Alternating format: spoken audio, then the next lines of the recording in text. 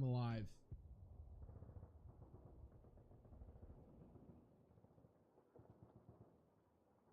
So if anybody saw nobody, my Instagram feed, you can tell I was having fun.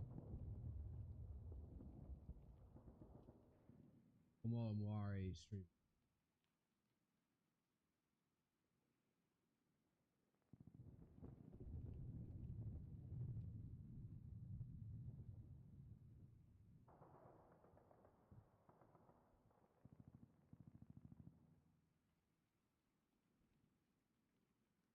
And my old channel that I have,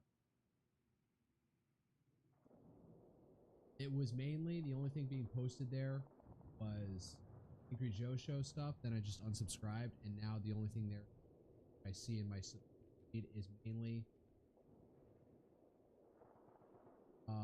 slow-mo guy. And the rest is just my stream.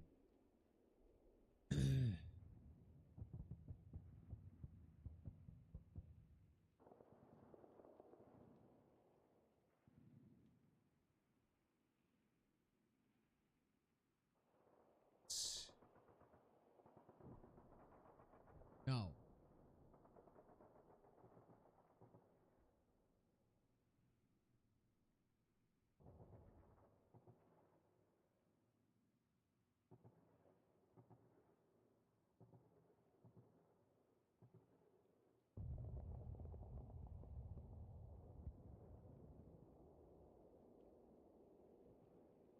Sorry if it's something I need.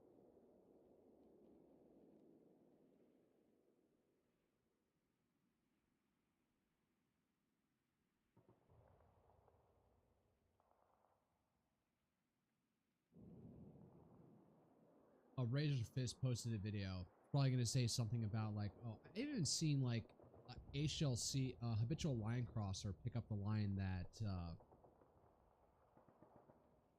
Islam is not native to Iran, Persia, and it's like a foreign imposition. And yeah, that would have been applied like back in 600, 700, 800s AD.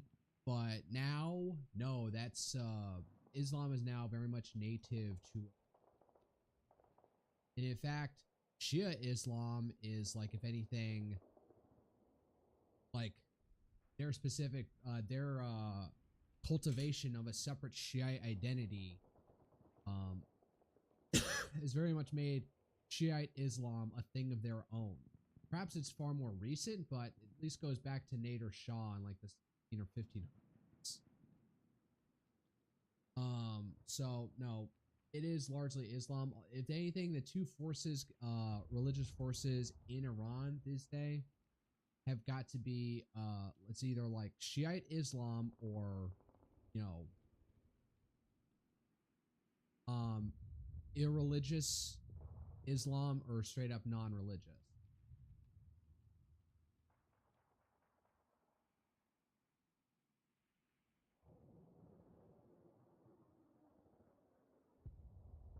Look at these shorts. I didn't catch up on this, so I'm only just seeing now that he's pushing out shorts and he's getting good views. I wish I had that level. Yeah, there's this one.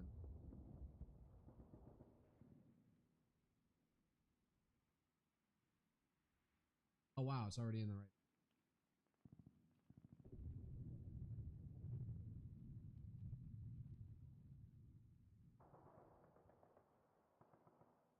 Wrong page? No, there.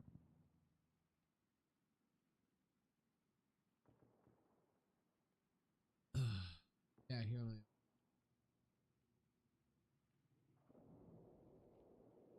The year of our Lord 2026 is only 2 months old, and yet if you are China, you have watched US decapitate the leadership of your allies Venezuela and Iran. There's some nitpicking to be done about that statement. In a mere matter of hours, while Xi has no real idea who of his PLA commanders he can actually trust. So China removes 9 military officials ahead of key political meeting. I thought we were done with this. Why is this still going on?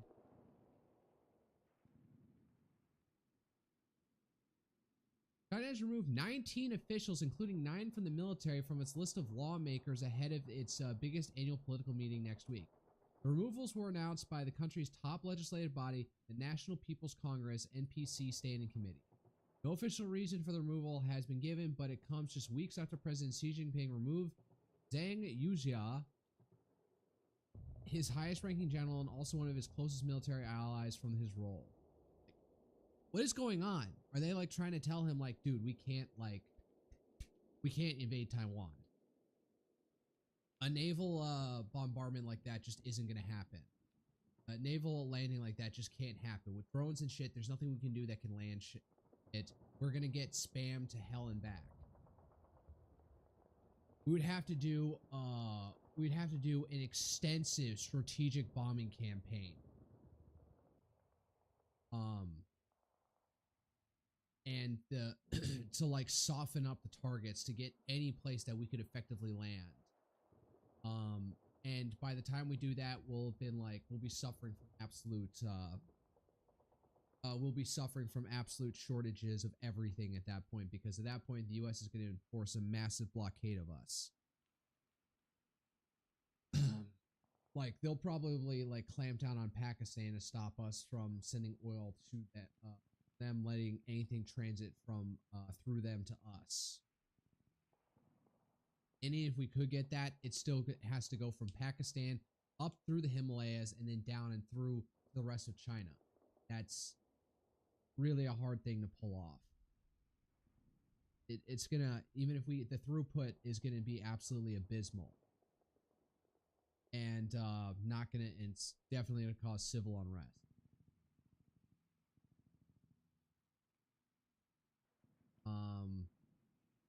That or like people are actually trying to fucking conspire with him. Again,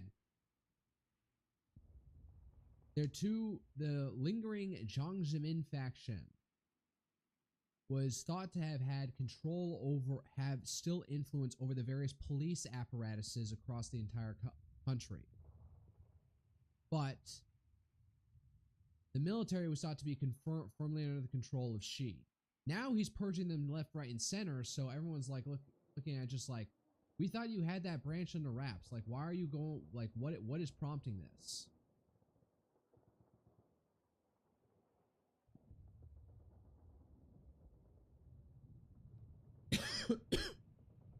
Why is this still going on?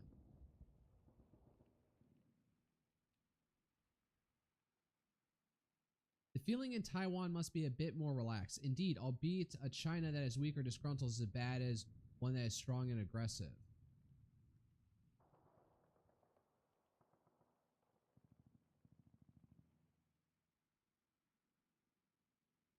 God, please, nothing not safe for work. Oh, Tibetan nomads, racing yaks, a practice from the elite shock troops of the Tibetan Empire. Damn. What the fuck is this music? That's cool. So, I'm pretty sure yaks fall into like some same genus as like cows.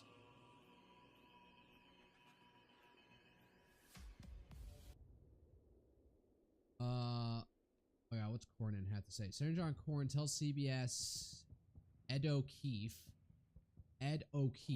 Okay. I thought Edo as in like the former Japanese capital, sort of, under the Tokugawa shogunate. That if State Attorney General Ken Paxton wins Republican primary in Texas Senate race, Paxton will lose the seat to the Democratic opposition in November. No question. If Ken Paxton is the nominee, I think that all of that is at risk, and not just the Senate race, but these down ballot races as well. I don't know why we would want to take that risk. Cornyn, who is running for re-election for his 5th term, faces a competitive GOP primary on Tuesday night against Paxton and Houston Congressman and Wesley Hunt, who are vying to unseat the long-term incumbent. Meanwhile, I saw Greer was posting this. Just like polls for the Democrats are all over the place. It's either Talarico or Crockett with double-digit leads over each other. But Cornyn is not doing himself any fucking favors with his rhetoric. Like, yeah, he's been like trying to like say like, I stand with Trump. I stand with Trump. I wasn't even seeing ads on Rumble on things that preceding some material that I think he would cringe at, knowing that his ads were pre-rolled for. So he's trying, but then a friend of mine even sent me, let me see if I can find this. A buddy of mine I am in contact with on Instagram.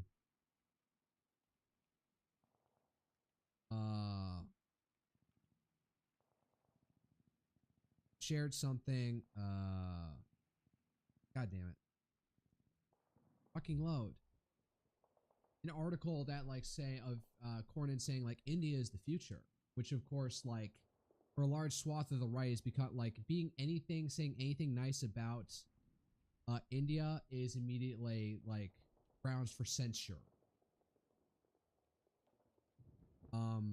So I use that as him for motivation to like go out and vote, because he's one of those kind of people who is disinclined from voting altogether. You know, bit doomer. So I tried like kicking him, just like, hey, get out to vote. But then he's definitely voting for Paxton. Like, and I guess he's just not that politically aware. He didn't know what was going on with the fucking primaries. That like Cornyn, the guy who he posted to me like, hey, this is a person I don't like, our current senator. Like, are you living on a rock? Like, I know Senate primary races are not necessarily the most highfalutin things out there, or like catch the most attention, but the Republican primaries here in Texas are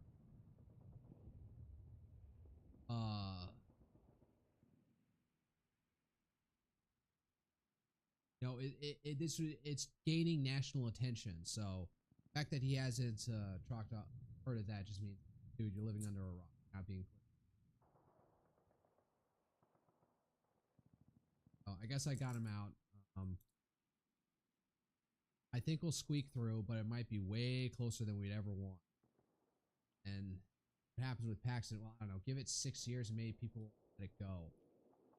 But then there becomes a problem that if like there becomes lingering corruption issues, while he's in this, while he's a U.S. senator, well, hopefully that means like if it comes out, they might like straight up expel his ass and gotta fill up the role again, and Paxton will be unavailable. And I don't know. Well, who would be it at that point? Cornyn's out. Like he might be too defeated to like step back in. Wesley Hunt will probably throw his ring in the hat in the race. So who would come up after that?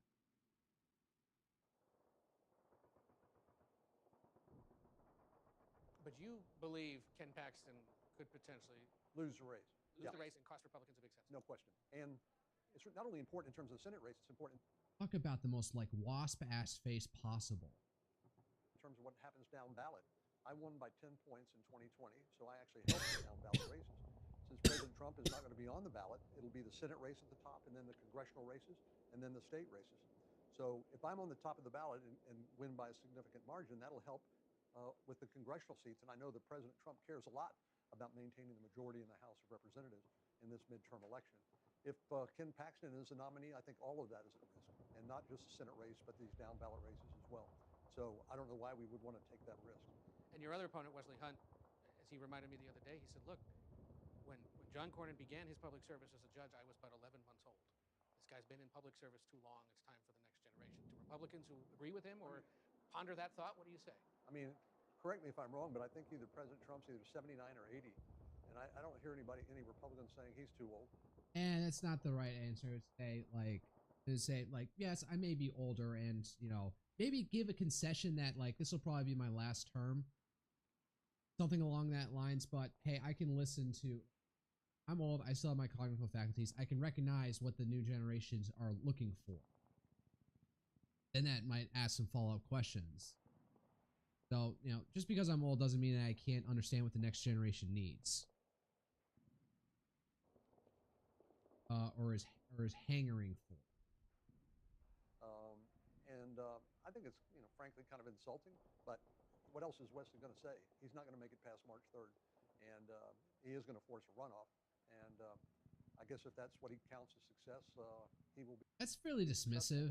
He's not going to be the next senator from Texas. He's given up his House seat in order to do this and force us into a runoff. But you That's kind of dismissive. Like, if anything, I would like just try and like say like, be more nicer to Hunt. If anything, try and drag Paxton down so maybe like it can be just him versus Hunt. All right. Trump, rise up and take back your government. Iranians, show me in record numbers against American Israel imperialism. The host of Secular Talk reposting a video from 2020 that he instantly believed was from today because the theocracy told him so. Is oh my god.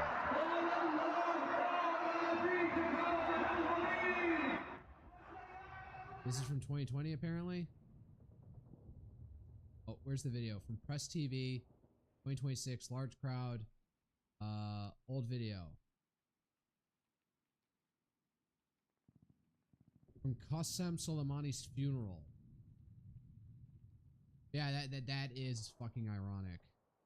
Journalists, when they are forced to play Resident Evil without yellow paint. If I pick that up, I have no inventory space. Game is handing you non-stop items with zero inventory. Who thought this was a good idea? No? I finally got a real handgun. I have no ammo. What the fuck? I'm dead.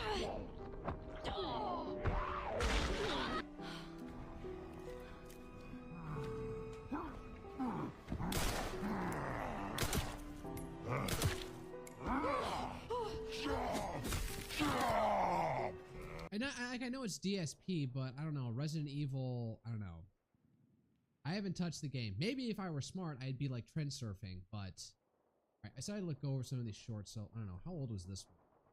Hey all, Peter Zine here coming to you from the Denver airport. Today's January news 29th, is the this is Chinese old. premier, Xi Jinping, has just dismissed a member of the Central Military Commission, a guy by the name of Zhang Yujia. Very, very, very short version. The Chinese premier has... That was significantly different from what this spelled different.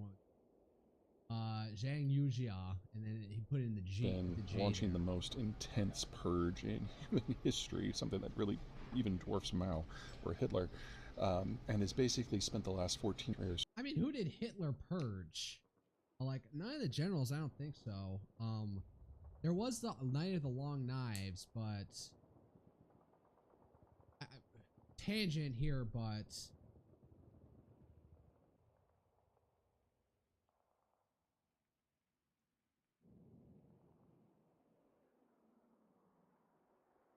Alright, how many people were killed? Outcome: assassination of former Chancellor Kurt von Schleicher. Elimination of SA and threat along with Ernst Röhm. Suppression of faction and the death of its leader Gregor Strasser. Okay, Strasser was dead. Significant reduction in regime's opposition. Strengthened the relationship between Hitler and the military. Interesting.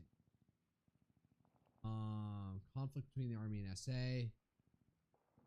The SA didn't like the whole thing about how the SA, Sturm Arbeiteilung or whatever, was rising up, and you know they wanted to like replace the German military with themselves. And at a certain point at the end of the war, when all the generals were kind of like doing their own thing and abandoning Hitler, and kind of like looking at it like, maybe I should have killed Ernst Röhm, and maybe I should have gone all the way and completely undone the German military with the SA. So.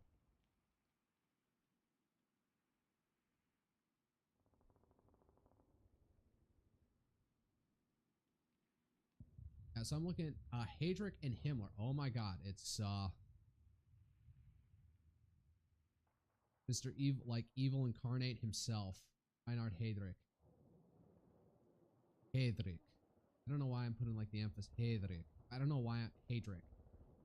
I haven't put in the like, you know, probably should not be for somebody as odious and evil as this gentleman.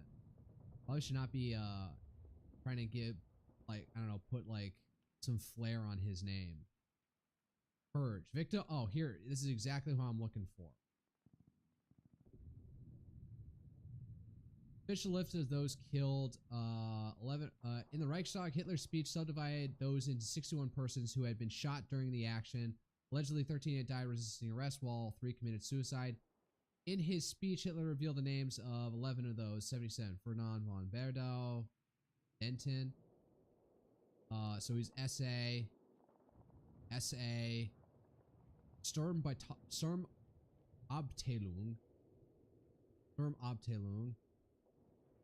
SA, that's SA, not SA, but was like trying to work with the SA to get over it. Hans-Walter Schmidt, Gregor Strasser. Party's left-wing faction. And Julius Uhl. No idea who that is. Far from being complete. Alright, so, okay, maybe the Night of the Long Knives was a little bit more lengthy than I remember. Removing anyone competent from any position so that all that is left. Is it competency? Because who knows? Maybe all the people on the top right now are old stodgy people who are fat and happy sitting in their positions. He's trying to staff it with people who want to make things move. So, just because you're getting rid of somebody who's in the top position doesn't mean you're getting rid of competency all the way. Coming up to World War II, we did a lot I don't know. US. Wow.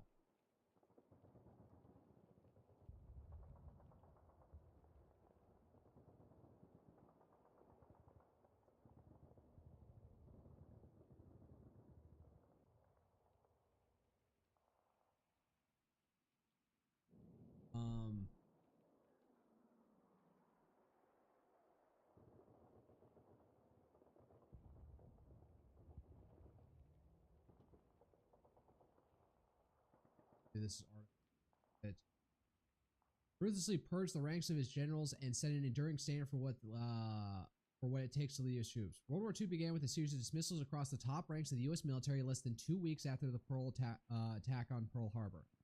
Admiral husband Kimmel, Army Lieutenant General Walter Scott were jettisoned from their posts at the top of the American military in the Pacific, along with Major General Frederick Martin, Short's air commander, upon taking over the Pacific Air Operation in mid-1942. Lieutenant General George Kenney removed 5 generals he deemed deadwood, as well as 40 colonels and lieutenant colonels. Damn. The officer presiding over the purge was George C. Marshall, who back in Washington was forcing the retirement of dozens of generals he believed were too old and slow-footed to lead soldiers in combat. I hate to think that 50 years from now, practically nobody will know who George Marshall was, President Franklin Delano Roosevelt remarked to General Dwight Eisenhower one day during the war. Roosevelt's fear were very nearly realized. Today, there's no weapon or installation named for Marshall, but there is the Bradley fighting vehicle and an Abrams tank. Indeed, in the snowy reaches of the remote northern New York, where there is even a Fort Drum honoring General Hugh Drum, Marshall's leading rival for the Army top spot.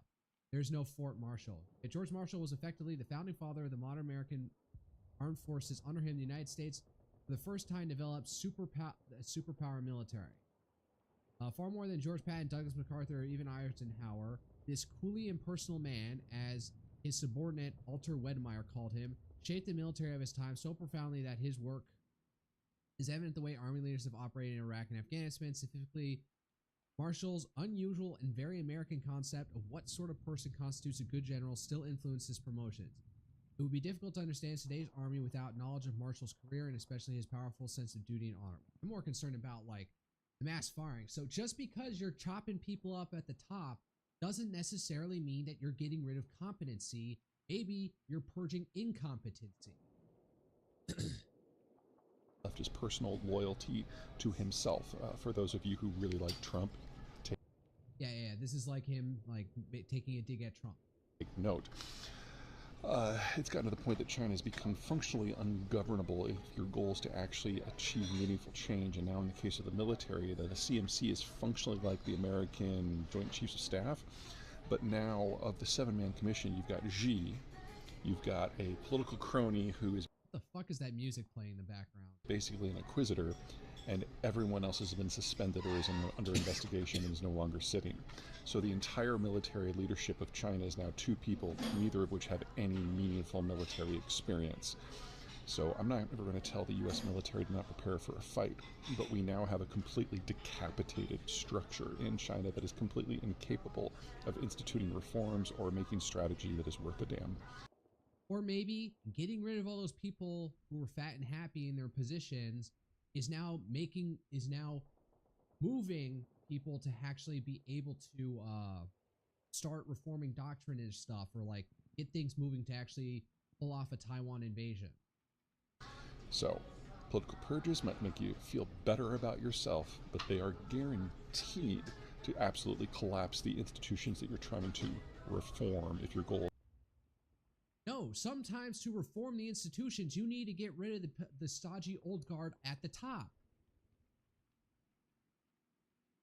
Right? It could be the case here that everything that he is saying is that nuking people at the top is going to kill the ability to reform these things, to reform military institutions, but there's an equally opposite chance that the current crop at the top, okay, that rhymed, are the people holding up reforms and stuff. Is really just political control, and that's what we're dealing with here. So, and political control is important. You can't have your military like being absolutely stodgy and resistant to governmental control, because then that just breeds like ground for possibly like in the case of the U.S., military coups kind of like really freaking out of it. Like if some general stepped up and say we're declaring martial law, like all the troops are probably gonna be looking like, are we really doing this? No, this is not. Everyone has like some sense that no, generals just don't get to declare martial law like that. We have our class, our politicians. We may hate the fuck out of them, but we do make it. Things are not so bad enough that some generals can just rise up. And I don't know. The chairman and Joint Chiefs of Staff, I don't think they're necessarily the kinds of people. They're not public facing enough to properly pull off a coup. Nobody tracks them except nerds who are into military stuff. Everyone focuses on the unless you're clued into events that are tied to the military, you like don't know who General Dan Kane is, or whoever. I don't even remember off the top of my head who's CENTCOM commander at right now. All I know is that Kurilla's out. So, but in China, it's probably more of a threat there that you got to make sure people are loyal to you, because you know, everyone understands that you don't really, the general populace understands that the people at the top aren't you don't necessarily have a voice over unless you really get rowdy about it. So if the military steps up and say, oh, we're doing a forced change of leadership at the top of the CCP, the rest of the populace is just like, hey, maybe this can lead to some change. We'll stay out of it. If you're anyone but China, this is amazing news, because it means that today, functionally, their military doesn't work. Or it's starting to work better now. This is there's two ways this can go. Oh, but then again, I'm just gonna say China's a black box and we don't know what the fuck is going on. Hey, all people. Where do you think immigration, mass immigration, very specifically, ranks on our list of things that we have to contend with, or it's going to tear us apart? The United States has not had meaningful immigration reform since 1985.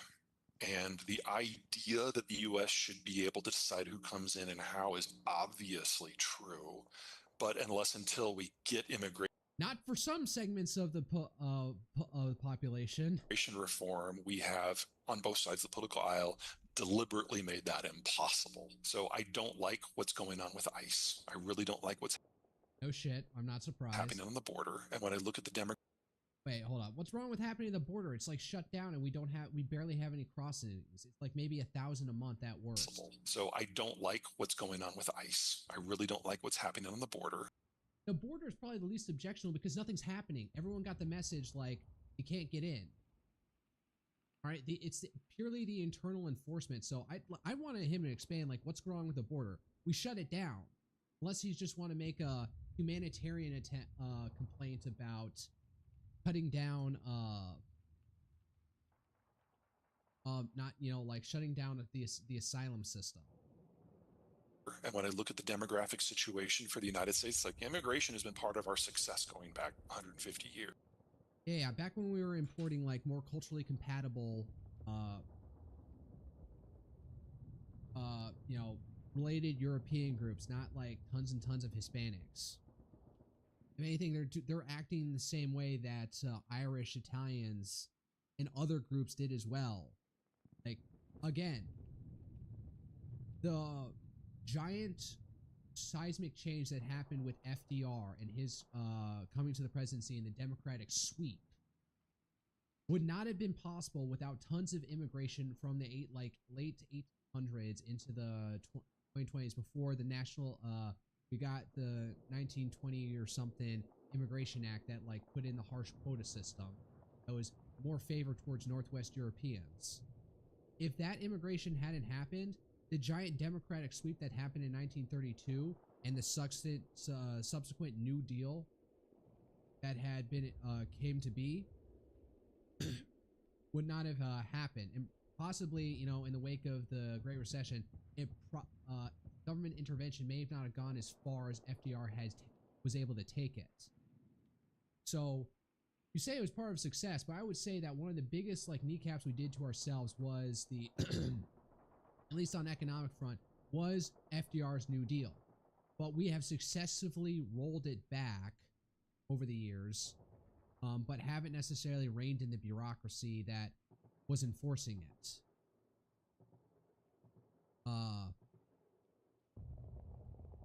So, just ultimately at a blunt level, if you are on one political side of the aisle and immigration is solely bolstering the numbers of the other side, like, what am I supposed to do? Just accept it?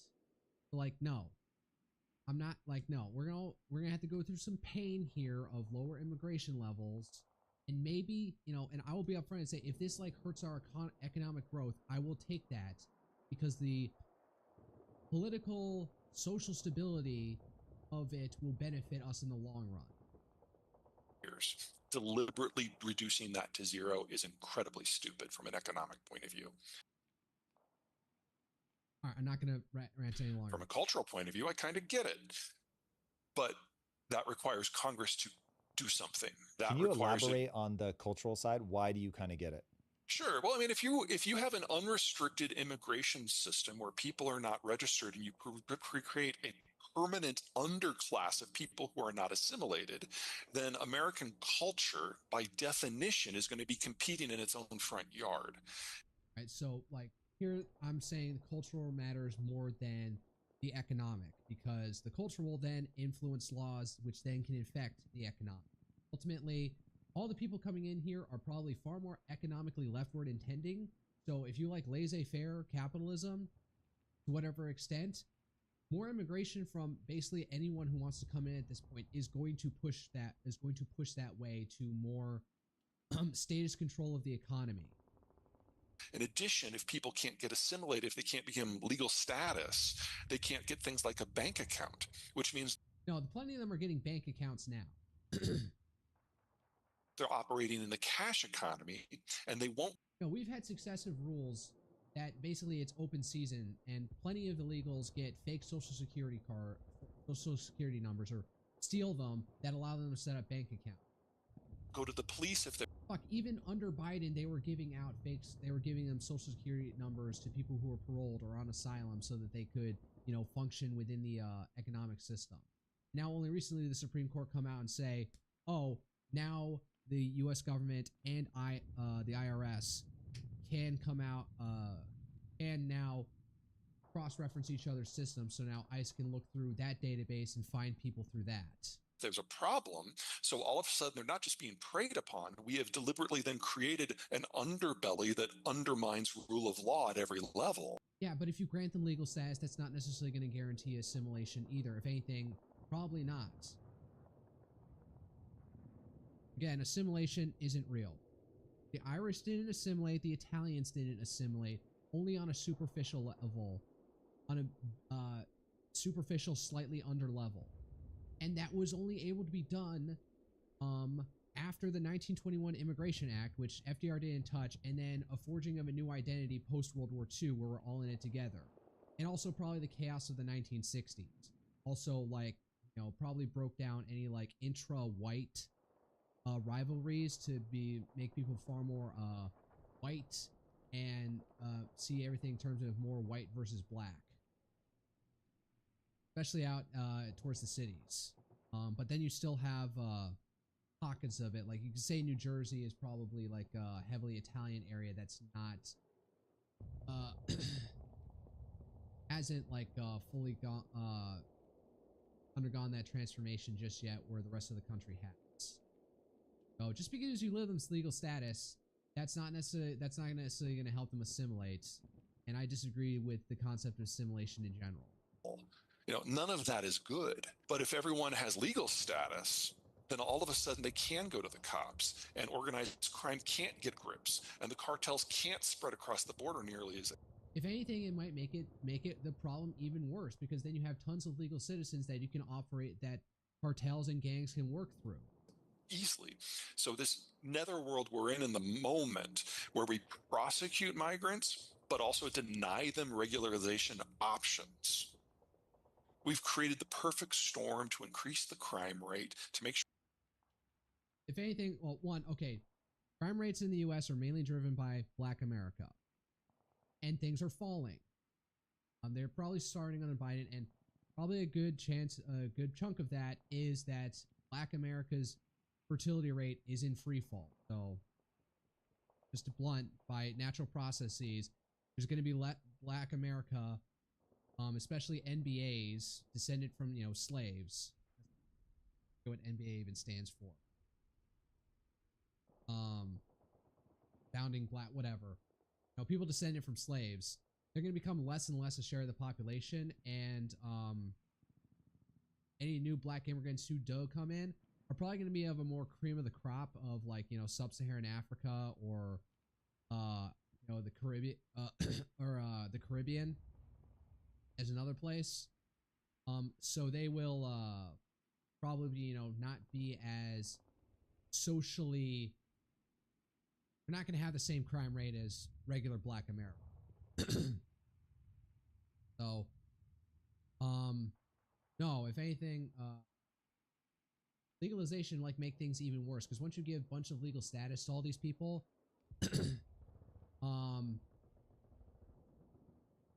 they need to flesh that idea more out. But I don't buy that just general crackdown on immigration will increase crime. Sure, organized crime can spread, to make sure that drugs can get into every community very, very easily. At the same time, we're gutting the labor market, and at a time when we're already in demographic decline. There's nothing about this moment on either side that makes any sense to me. There's the pure political thing of that legalizing tons of Hispanics, giving them pass to citizenship, is just ensuring political irrelevancy of the Republican Party. And some people are going to make an argument that, oh, well, look at the last election. Hispanics were going overwhelming for Trump, and even look at the heavily Hispanic Rio Grande Valley. That was probably a fluke of a really bad Biden presidency, along with the fractiousness and probably over Black centeredness or centeredness of the Democratic Party on Black issues that turned off a lot of Latinos towards the Democratic Party. So I think it was a fluke, and Republicans should not be counting on Hispanics being a loyal contingent to the Republican Party now. Even then, it wasn't. It was bare. It was probably we did 45%. I have to look at the numbers after the. But whatever we got in 2024 probably was a fluke of a lot of confluence of factors, and it's not gonna last. It's about what we're going to see with the Jalisco cartel with El. All right, so this is about the Jalisco. So Mencho's fall, but it's going to be a lot worse, because while El Chapo and the Sinaloa. This was back in still back in during Obama's tenure when we got El Chapo, or maybe there was a slight point. Maybe his extradition to the U.S. happened under Trump. I don't remember. I remember they captured him once, and then he escaped, and it was found there had been an entire pre-built tunnel in the prison he was in. Loa were a single unified confederation, if you will. You had a very different management theory when it came to El Mencho and the Jalisco.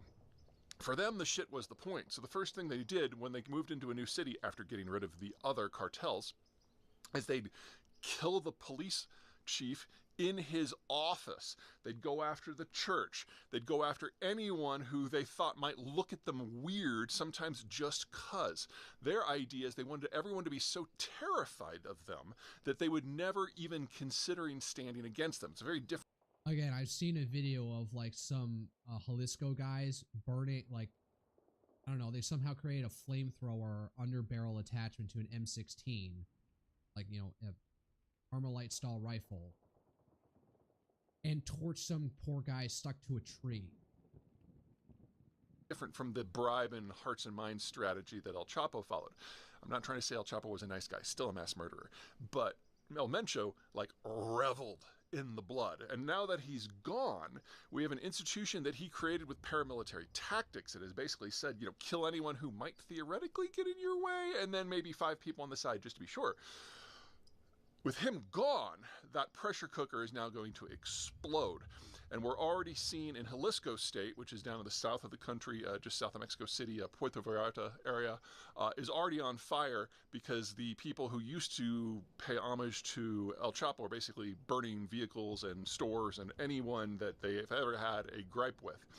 And it's only going to be a matter of probably days before his lieutenants and the people who run some of these regional operations start to try to grab that piece of the operation for themselves, like we've seen with Sinaloa, but with a much, much, much higher tolerance for violence. I'm not gonna lie, I blanked out like halfway through, but I guess it's just like more, like it's gonna just lead to more violence amongst themselves and more like collateral damage to the general population. Again, the cartels like can't like make a naked grab for power themselves or like declare themselves their own autonomous entity. They're basically like going back to that video of Admiral Thrawn trying to explain the Imperium to Chancellor Palpatine and his like 3 different types of civilizations: predator, prey, and parasite. The cartels are more like incredibly virulent parasites. And they stay that way because they know that they can't go full toe-to-toe with the United States. If they like try to make a run and take over the entire take over all of Mexico politically, that would just like guarantee a U.S. mass intervention across Mexico. We're not going to stand for cartels uprising and taking over the government. So Mexico is stuck in this absolute awful position where the Mexican government is too weak to take out the cartels, but the cartels can't make a full run to overthrow the Mexican government. And like one of them become top dog because the U.S. will then have to intervene. They can't let a narco state take over their neighbor next door with a population like, I don't know, 1/3 of theirs. So Mexico is just like suffering now because they're at an impasse.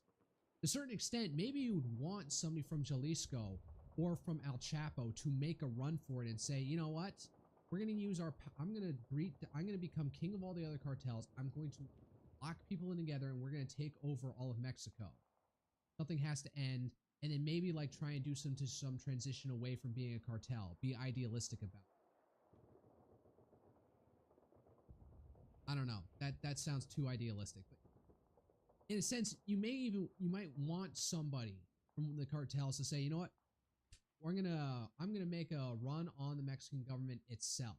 I'm gonna try and be King Hot Dog, King of Mexico. Maybe out of stupidity or idealism, you know, a combination thereof. And so this leads, so then this will like give the U.S. absolute carte blanche to invade. That, oh, Gloria Steinbaum had literally was killed or had to evacuate Mexico, and now like the Mexican government is absolutely in tatters. Other than that, this situation is just going to continue to fucking deteriorate. It's not going to deteriorate. It's just going to get, maybe it'll deteriorate in violence, but there will be like no like impasse to one way for it to happen. Unless, I don't know, Steinbaum, like, she has her, like, you know, hugs not bullets approach that she inherited from her predecessor. if anything, we, instead of cartels rising up, we probably need like some sort of like underhanded coup d'etat against the likes of Scheinbaum, you know, rig the next election and get like a party that's willing to go toe to toe with the cartels. You with the full force and might of the US backing them. Like no more like, oh, we don't want to have our sovereignty violated. No, like, no, US, like I want you, we fully authorize you to come in and start bombing the shit out of us. Bombing the shit out of the cartels. We want your spec ops people embedded with ours, calling in airstrikes so we can actually go the full brunt against the cartels now. That probably is more likely. That's the thing that's more likely to happen. Is the Mexican us or the if after everything that's happened with Gloria Scheinbaum being able to win after cartel violence has continued to explode under her predecessor Obrador, then there might have to be some shenanigans that happen with the next elections to get a government that's willing to go, you know, full wipe them out, all of them mode on the cartels. That's enough ranting on it. So that's the solution, is that we need to get a more compliant government with Mexico to that will go after the cartels whole hog, so to speak. All right, now on The demand, because like, man, talk about so as a sideshow. Like I was talking to a buddy on Instagram, and at first I thought she was like criticizing me, like as I like posted some videos on Instagram, like saying, hey, I'm at a rave hosted by Senpai Squad here in Houston, I'm having fun. And then she reaches out to me and just like, what she said is like, did you go to another convention? I said like, no, it's just another rave. And she's just like, you can't keep on going party like that, because every time it happens, something blows up in the world. I missed that part. So I thought she was just like saying that I'm partying and having like too much fun or wasting my money or like not being socially productive or something. I thought she was taking a dig at me. And then I had to reread the text again. Say, oh yeah, that's right. Shit keeps happening whenever I go to anime cons. There's a weird confluence there. Sometimes there's lag, sometimes there's some misfires, but there seems to be a consistent thing that around the time when I am doing something anime con related, socially related, something blows up in the world. So I could have been talking about fucking Iran, and there's probably more that I could have yapped about regarding it. But I guess the moment is past, so I'm just gonna let it go and just do a dumb reaction to this. is for complete strategic capitulation so that Iran cannot project power beyond its borders at all. For Iran, that is tantamount to national surrender permanently, and it will have to get a lot worse than it is right now for them to agree to that. But it seems that the strategy is to basically kill everybody in the governing system who thinks otherwise, and then with whatever's left, you can have a strategic capitulation. Not clear if that's a good strategy or not right now, but that seems to be what the Americans and the Israelis are after. Overnight, the Iranians did launch a series of counter strikes. We had over 700 launches, about 550 drones, and about 160 missiles. 90% of those were intercepted by either missile defenses. I'm not sure I believe that. That sounds a little bit optimistic at this point from what I'm seeing from impacts. Or jets and helicopters, which is an amazing percentage. One of the other things that's weird is maybe because the Iranian government is kind of wobbly right now, but the targeting was very strange. They attacked Kuwait airport, they attacked Dubai, they attacked Israel, of course, places in Saudi Arabia, throughout the Emirates, Qatar. If they had focused everything... It's either Qatar, or gutter. On one place, they probably would have done a lot more damage, but by spreading them out, they made it easier for everything to be intercepted. We have had deaths. I hadn't considered that in my head, is that they're spreading out things, so it's, although I think they're probably like, there are more focuses on US assets than anything, but yeah, spreading shit out like that is definitely making probably makes it, so we can divvy up our assets better. in Dubai, in Qatar, in Israel, but we're talking single digits in each place, so not enough to change the strategic calculus for the Israelis or the Americans. The other big thing that's changed is late yesterday, Saudi Arabia, which was opposed to this attack, now says that it's going to help. Although apparently there had been some reporting that Saudi Arabia and Israel had been lobbying the U.S. to do this attack. So they may have been up front or like public facing saying we deny the use of our airspace and facilities in our country for this attack, but behind closed doors had been telling the U.S. do this attack. There was that report. I don't know who put it out. It was like that was something that was. But now that Iran is attacking all these people, attacking into these countries, admittedly targeting U.S. facilities therein, now it looks like a lot of these countries are more like willing to say, open the doors and say, all right, you can use our airspace and facilities. Help however it can, because some of the missiles hit its territory. Now, if you're Kuwait or Qatar or UAE or Saudi, your capacity to actually participate in an attack on Iran is very limited. Their militaries are not particularly advanced, or more to the point, not trained on the equipment that they have. The big advantage would be that the Israelis and the Americans can now use their airspace, which would widen up the range of attacks. But at this point, it looks like the Air Force is gone, the Navy is gone, and we still haven't had attacks on economic infrastructure like the oil export system. Yeah, that's right.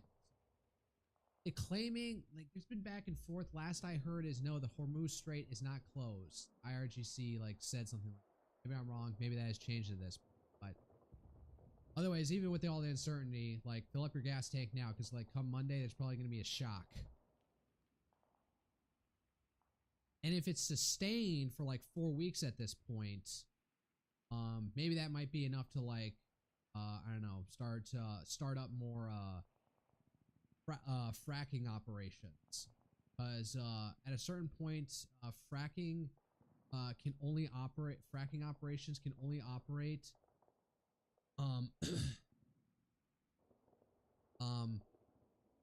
at a certain high price level. If it gets too low, it's not worth it to start do a lot of mass fracking. Get a spike, I don't know, the Permian Basin's gonna fucking light up again. The excess methane burn-offs. Oh. There's reported defies on-air text to cover Iran's strike rally. What the fuck? Clip from Sunday's rally celebrating U.S. and Israeli strikes that killed Iran's supreme leader Ayatollah Khamenei. February 28 drew millions of views and praise from conservatives. Iranian Americans waved pre-1979 Iranian, U.S. and Israeli flags while cheering an end to oppressive regime. The Texas Governor Greg Abbott backing President Trump's decisive action. But why is Texas Governor getting involved in it? Mar Toronto later clarified on X that the text was just a standard security protocol reminder, and CBS Austin aired balanced coverage, noting I am so confused what this is talking about. CBS reporter in Austin, Texas, is going massively viral after refusing to follow a text message from a boss telling him not to focus on a huge crowd praising Trump's actions in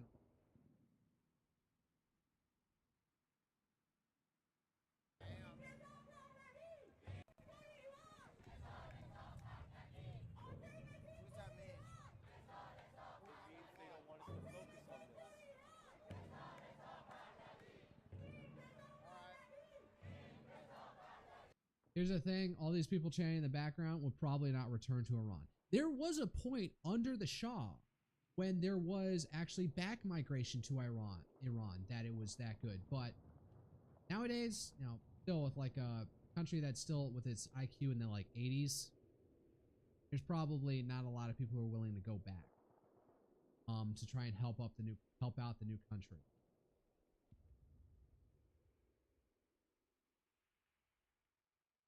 So, all right, I don't know, base this dude wanting to cover this at least as like impotent as I find all of this. All right, so now I understand when Morgan Freeman echoes Mawa job at Trump on The View.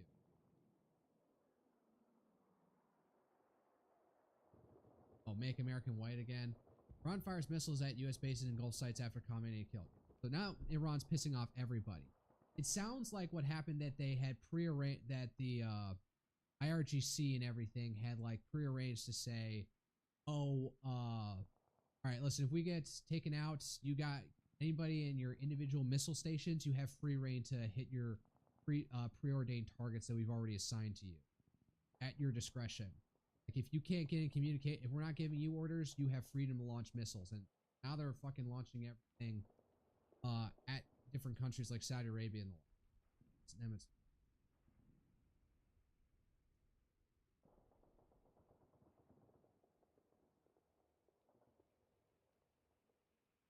Oh, more about Canada.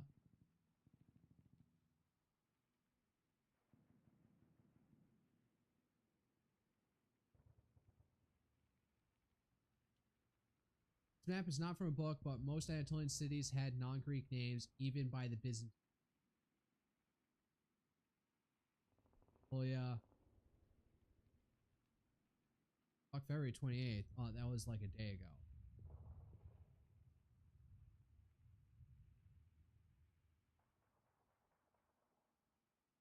Archaeological survey of India. Paired twin necropolises remarkably landscaped in the river Krishna.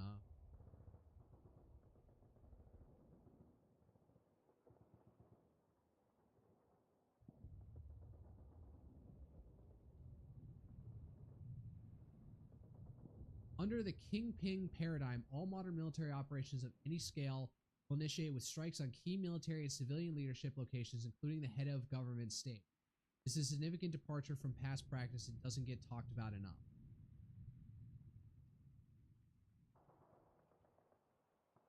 Something that should be thought about in detail regarding Taiwan, for example. Well, then, I guess, so what? Like, is China looking at this and saying, oh, well, what if we nuke the entire top of the Taiwanese government? Maybe they'll surrender. So Taiwan, I guess, should refortify, like, you know, having procedures and redundancies for the military to operate in case, like, all the top guys get murked.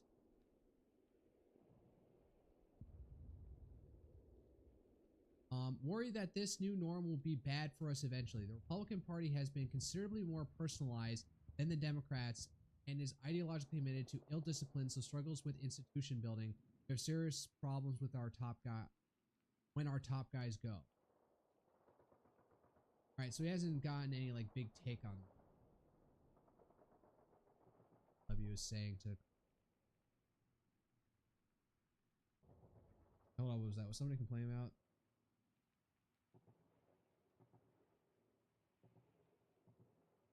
Oh, ISW, and yet another example of negligent performance of their duties. 2 markets have frozen because ISW, supposedly most influential cartographer on the planet, can't even update the date on their website. The update cycle has already passed twice in full, yet ISW staff are in no hurry to change the date. They're trying to manipulate, or they are simply careless and incompetent, treating their work irresponsibly, allowing incidents like this to happen. I'm addressing it to you as directly to study of war. Take action. Only thanks to Polymarket do you receive massive exposure to a useless map, which without it would no longer be as popular as it is now. Maybe they're doing this to fuck with you because you're like creating this such you're creating, so this guy is embedded with Polymarket traders, so no wonder he's upset about this. So you know, shove it. Your like entire system fucked by relying on independent websites. So that doesn't mean that the independent, so free reign for the independent websites to fuck with you. Like, I don't care if their website gets delayed by a bit. If it's fucking with you, like, okay, I kind of like that. This was from 6 hours ago, and this was from 1 hour ago. These U.S.-Israeli combined force appears to be increasingly targeting the Iranian internal security apparatus which is consistent with the U.S.-Israeli stated objective of toppling the Iranian regime. Other key takeaways. The regime has formed a leadership council to temporarily assume the responsibilities of the supreme leader. The council includes the president, the judiciary chief, and a senior hardline cleric. The IDF outlined a 3-phase plan to achieve air superiority over the western and central Iran. I have been hearing that we've only been firing standoff munitions into Iran. Maybe there were some B-2 strikes that were able to get in. Went straight over because it's stealth. But we may be still like trying to do a seed program before we actually go full in. which will enable a combined force to achieve its objectives. This approach mirrors what the Israeli did in June 2025. Iran may have started attacking maritime traffic around the Strait of Hormuz. Iran seeks to impose the cost on the United States and its partners and compel them to pursue a ceasefire before toppling the regime. Iran has sustained its missile and drone strikes across the region, some of which have impacted civilian locations around the Gulf and Israel. Tehran City. Reported explosion with footage. Reported explosion without footage. Nothing. What's this? An oil thing? I'd have to guess. The legend is cut out. So this is IRG facility, IRGC facility, IRG services headquarters, Artesh service headquarters. So these are the guys. This is the rest of the Iranian military that isn't the that isn't in the IRGC. No one has to wonder, like, are we targeting any Artesh facilities and like giving them like room to like try and take over? Maybe they don't have enough gumption within themselves to do something like that. IRGC announced on February 28th that it will launch the most devastating offensive operation in history of the Islamic Republic, targeting U.S. bases and Israel. Tons of U.S. bases throughout Kuwait, still Summit, plenty in Erbil. Saw a big fireball apparently hitting the Erbil base. Bahrain. I was in Bahrain. So the head CENTCOM headquarters in Bahrain or other buildings, I've been through that area. So it may have changed in like the decade since I was there. It's been a decade at this point. But I was there. Oh, wonder like I'm pretty sure like I drove past like CENTCOM. I didn't drive. I rode a bus past CENTCOM headquarters every morning to go to the ship that I was assigned to as a ROTC midshipman. Iran has continued to target U.S. All right.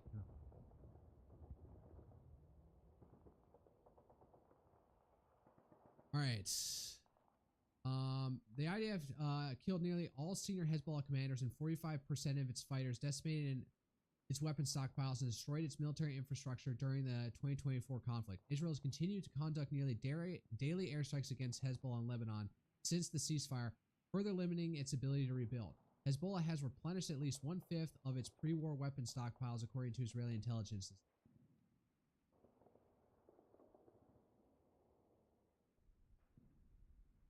ISW and critical threats continue to assess that Hezbollah will likely intervene in the current war because the United States and Israel explicitly seek regime collapse and thus cross Hezbollah's red line. Hezbollah may decide to participate, yada, yada, yada. What's this?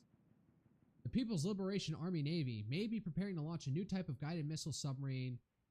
This submarine would improve PLN undersea warfare capabilities, enhance the plan's ability to restrict the movements of enemy surface fleets in the Western Pacific during Taiwan contingencies. Other key takeaways. The U.S. Supreme Court ruled that president cannot levy tariffs, yada, yada, yada. All right.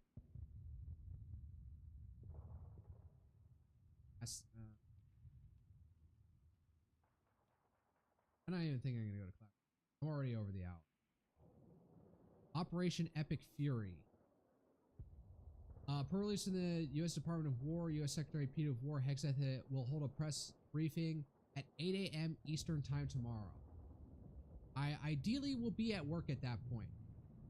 CENTCOM released footage of a number of strikes on Iranian Su-22s and one-way attack unmanned aerial vehicles. Oh yeah, those look like Shahed drones. All right, what's the next thing? Su-22, I guess. Look like the thing from the first.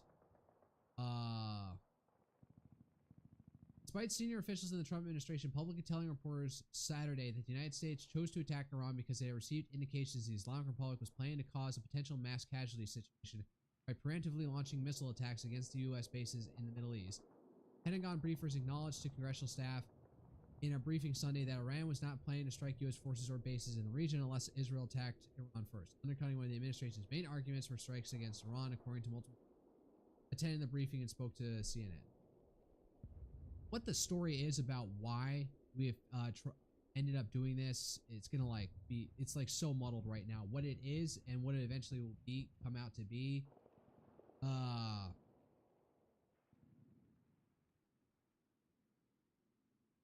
It's gonna probably be a while before we get a clear picture of why Trump decided to do that.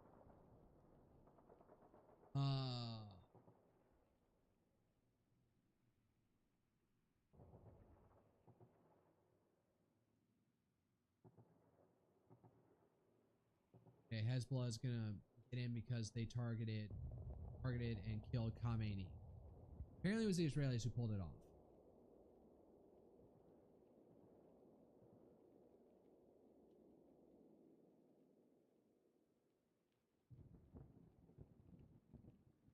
According to Hillel Bitten Rosen of Now 14, I guess that's Iran's Basij security establishment, a volunteer paramilitary security force according to the IRGC, has been the target of recent waves of U.S.-Israeli strikes in an attempt to continue to degrade the IRGC's power to control the population.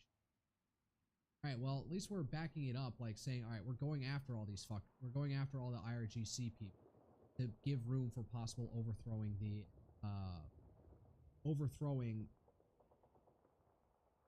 give them room to overthrow things. The Iranian people to overthrow the Ayatollah's regime. Bahrain's Ministry of Interior reports that an Asian worker was killed and 2 others seriously injured with falling debris when an intercepted missile struck a foreign ship in Salman Industrial City, starting a fire which is a lot of casualties across the Gulf. Israeli Air Forces continue to strike targeted in the Danes suburb of southern Beirut. Bomb Lebanon instead of bomb Iran. Sirens sound as both interception and explosions are reported over Kuwait.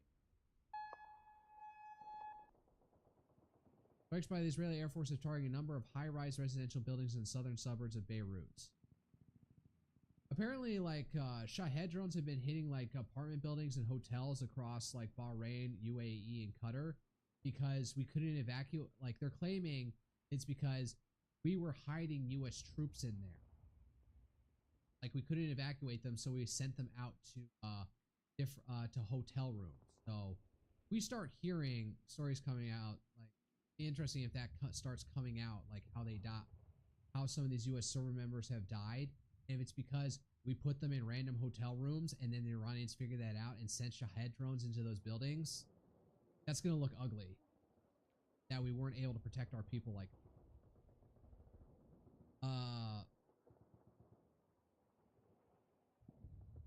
It's on between Hezbollah and Lebanon with bombing Hezbollah. F-18 Super Hornets with the top hatters of Strike Squadron, Fighter Squadron 14, Black Aces of Strike Fighter Squadron 41, and their Vigilantes of Strike Fighter Squadron 151 assigned to Carrier Air Wing 9. Launched from the U.S. Abraham Lincoln in the Arabian Sea for strikes against Iran on Sunday, March 1st.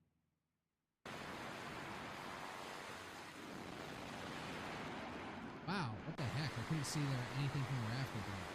Oh look, top hats. Oh, see, I got a top hat. How cute. Bird away.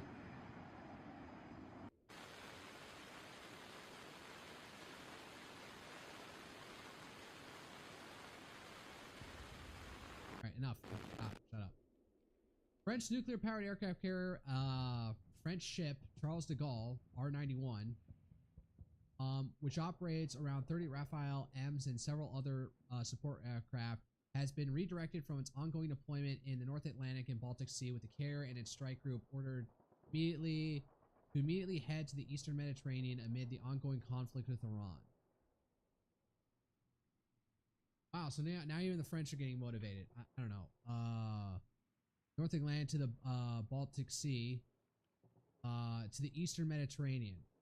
So if anything, they're probably going to like send like most probably that they'll be able to do is they'll probably won't participate in strikes on Iran, but probably what they'll do is they'll help out with shooting out Shahed drones. Like if there's come for reason for dogfighting at this point, and instead of just spamming missiles, is that there's tons of drones that you have to take down now, and you gotta like it's more economical to switch to guns. France's Ministry of Foreign Affairs has denied reports that the French nuclear-powered aircraft carrier FS Charles de Gaulle has been redirected from its ongoing deployment to the North Atlantic to the Eastern Mediterranean amidst the conflict with Iran. The NFA cites today's joint statement by Germany, UK, France, Germany, and the United Kingdom.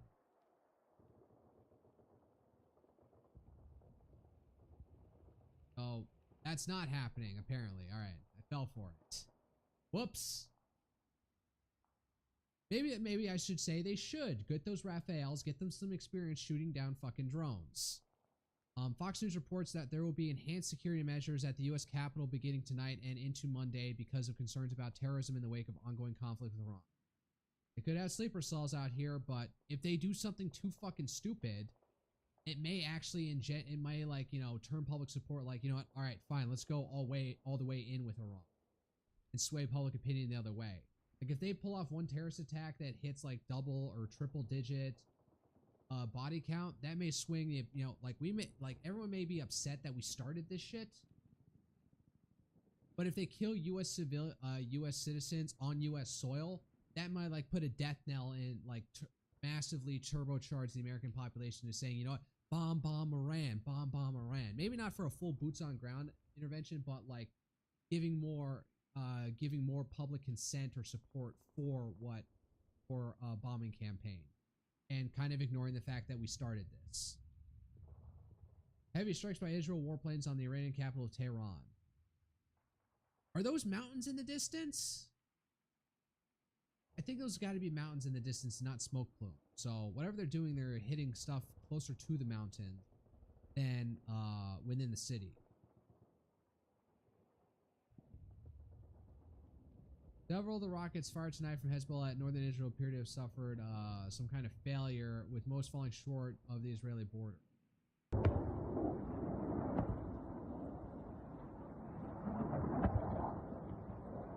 Interesting. The Abbasabad police station number 104 in the Iranian capital Tehran was entirely destroyed in strikes last night by the Israeli Air Force. With standoff munitions or gravity bombs, though. Another angle showing an AGM-114 Hellfire air-to-surface missile from a U.S. Air Force MQ-9 Reaper against a ballistic missile launcher near the city of Shiraz in southern Iran. Oh wow, so we're sending the drones in there? Maybe that's an indication that we're not willing to send like crewed aircraft in. Piloted aircraft in. Hellfire. What's the top things that clash?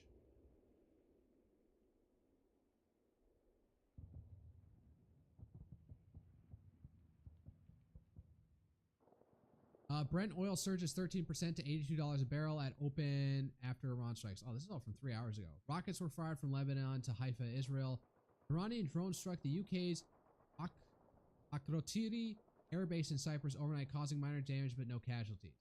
All right, so now they're even going sending drones all the way out to fucking Cyprus. So now, like, I already heard, like, after this, like, Starmer authorized the use of British facilities for attacks into Iran. So I don't know if we can get fully suppress the system, their system down. We can start like running shit from out of. If we can fully suppress their air defense network, we can start running, like, you know, bombing runs from Diego Garcia and Cyprus. So more to follow. But that's enough. I want to get to Dark Souls. I've decided that the problem that I've been doing is that I am not leaning mage type that I have 2 spell slots open. So I'm going to go see if I can find some new spells. That will be the quest for tonight. Need to go get some water. Actually, I'm going to finish off that lemonade I have and then probably... let me already change my...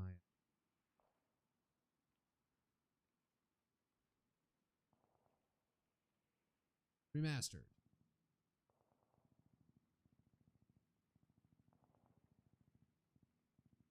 All right, pull up the script.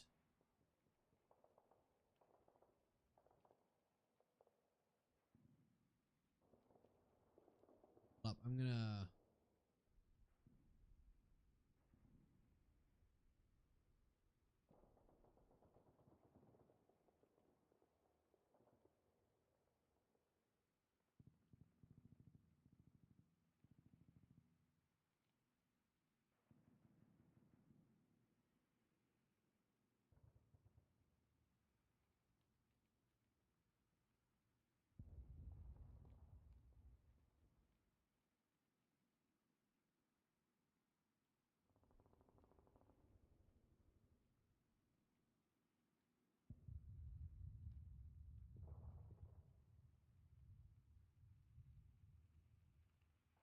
I'm asking ChatGPT to jazz up this all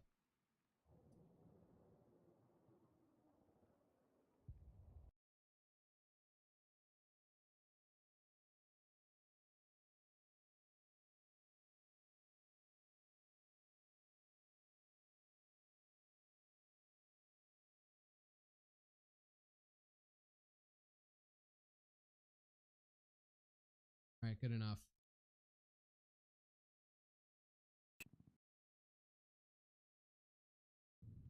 On the right account.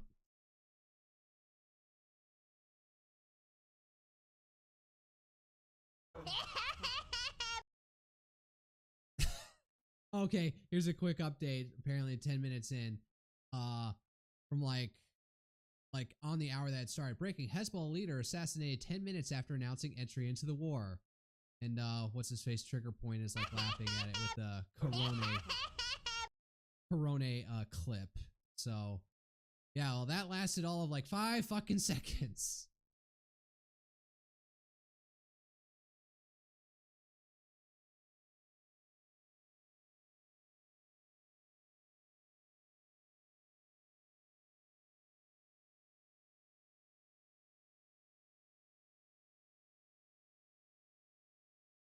All right, tweets out.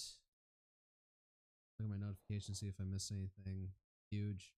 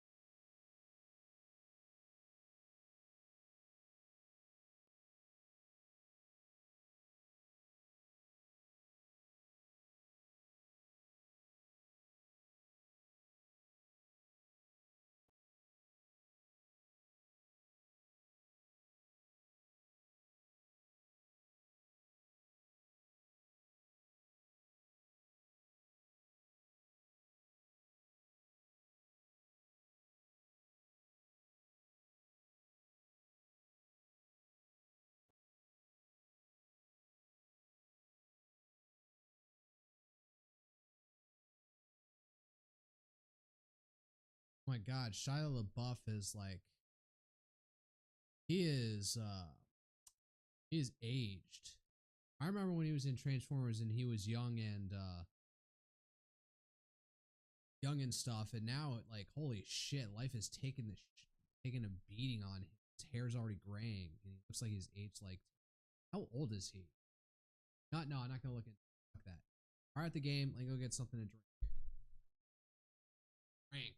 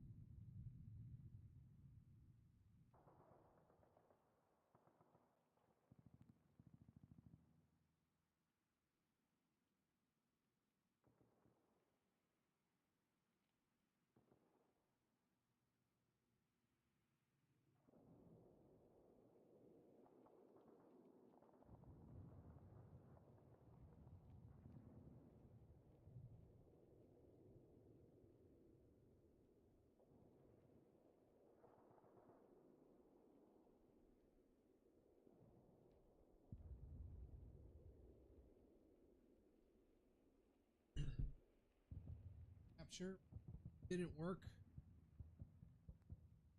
but I don't think I have it on video going in.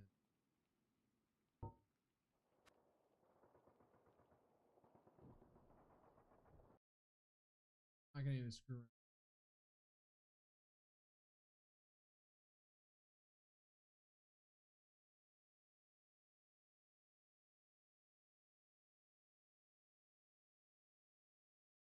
There, in position. Let's go.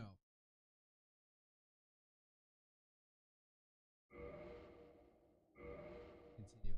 Actually, I need to look up because I was looking into trying to get more powerful spells. Forgot what the hell was down here.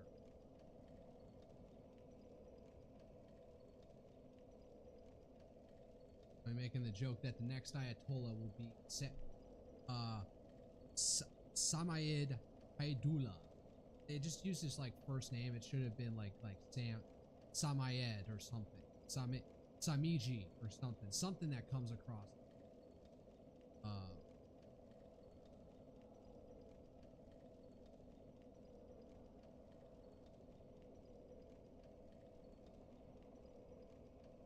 Right, no, but oh my god, I am going to have to go far back.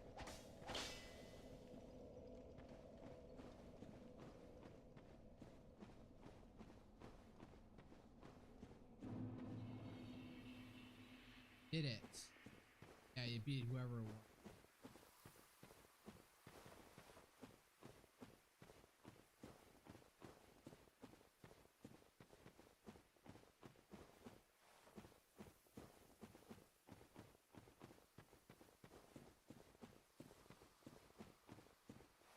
That's thing with the giant like crystal.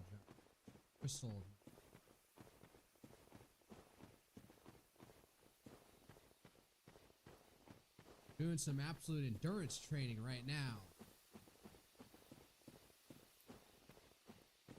Good.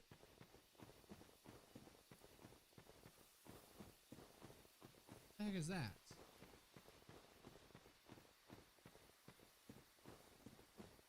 Stamina ring is powerful.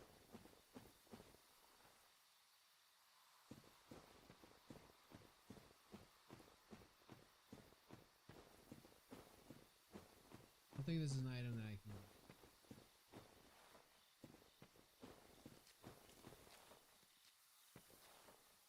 No, there's an enemy out there. It's a glow flower. I nearly threw myself off there.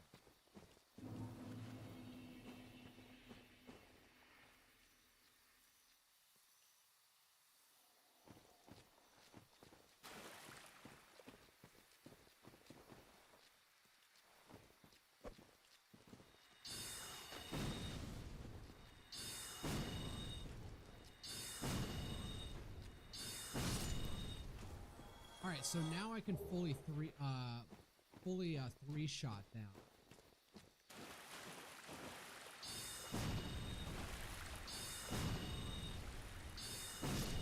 No longer marginal.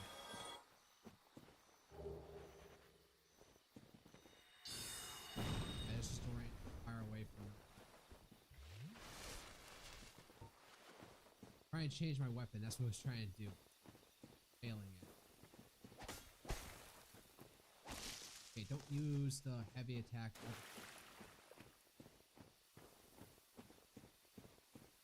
We get down to the new Londo ruins, if I remember. I only got 200 souls, so can't sell any of my shit.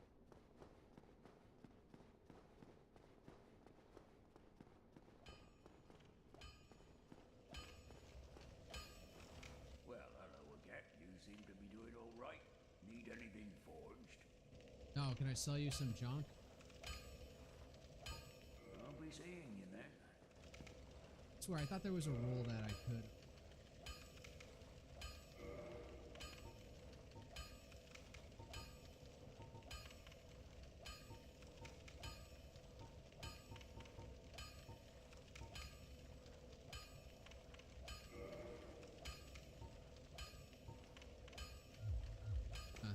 I can't change the order.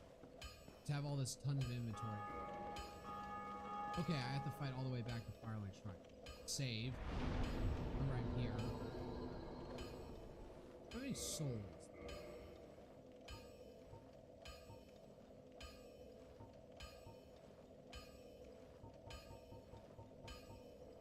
I have a lot of Titanite. Don't think I want to invest it yet. These.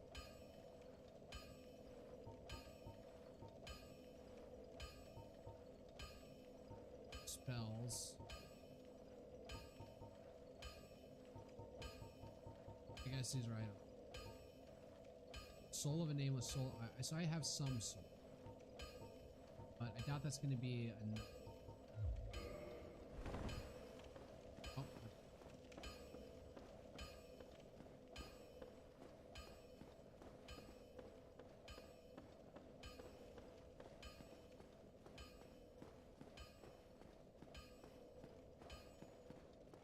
The incessant hammering. He doesn't even take a break for like 5 seconds.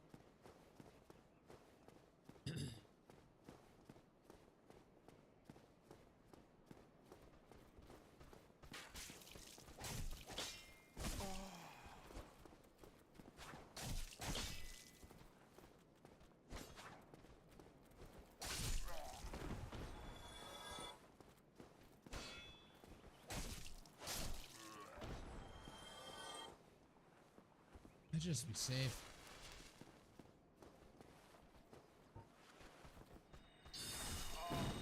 Nope. Too close. Going for guns. Wow, he dodged that. All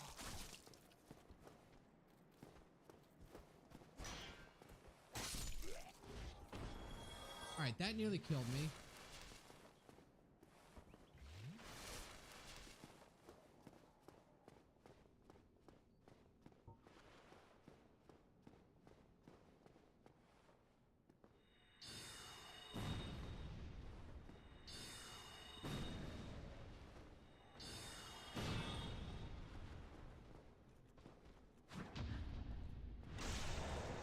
Got the riposte. All right, man. So I'm cleaving through these guys and barely.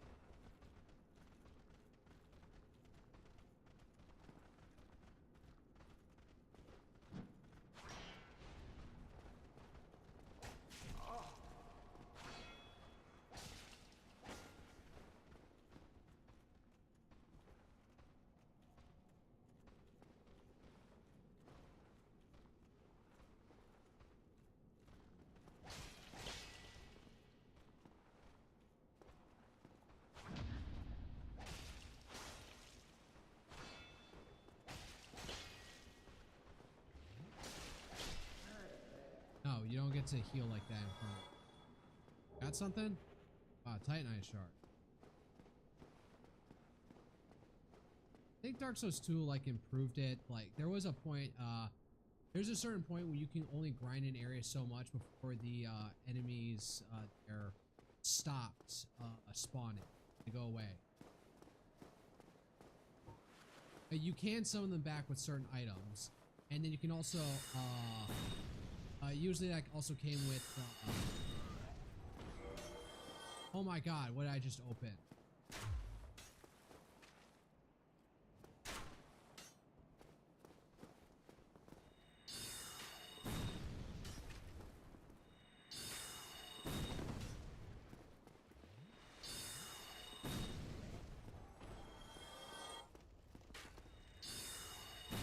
That one just narrowly missed me. Oh, hey.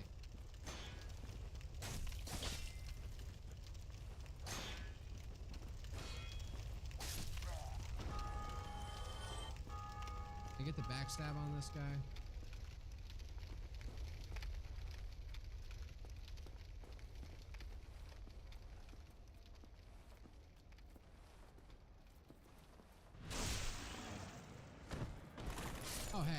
Oh, he's still here.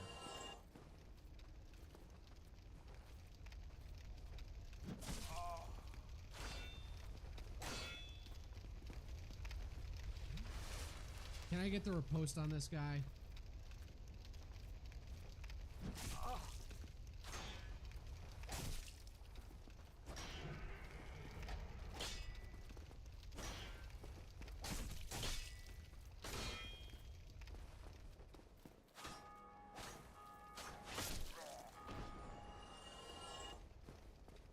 Racking up from soul, so why do I feel like the looks like there's a bonfire right here. Can't get to. There's a knight up there. I swear there's like a ton of ghouls down here.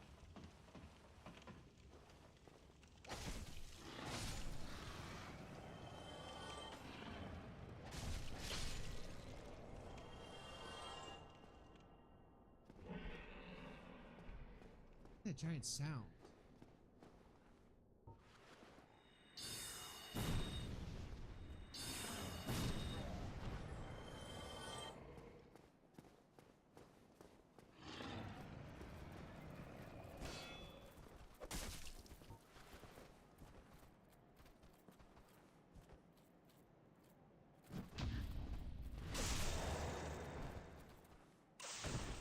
And goodbye.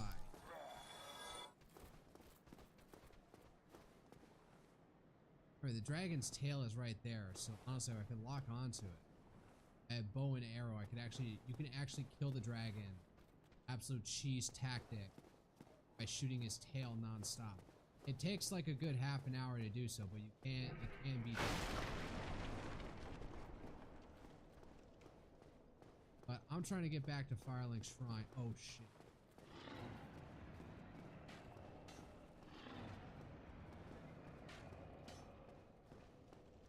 Yeah, this is what I was looking for. Oh, I forgot this shortcut was here.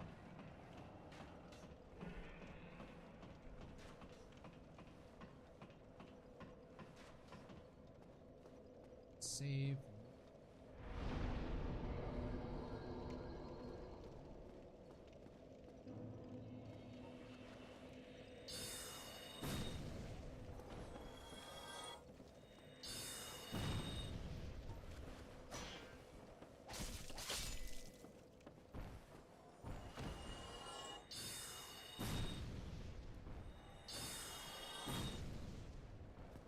These guys are so weak, I'm taking them out with one.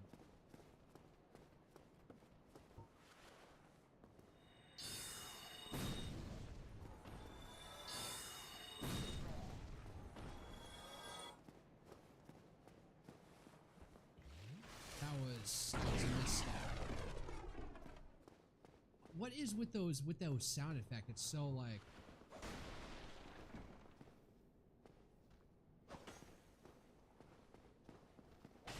I was going up for another swing. There's the merchant guy over here. If I kill him, you get the katana, but... Oh, there you are. Still keeping your marbles all together? Then go ahead, don't be a nitwit. Never hurts to splurge when your days are numbered.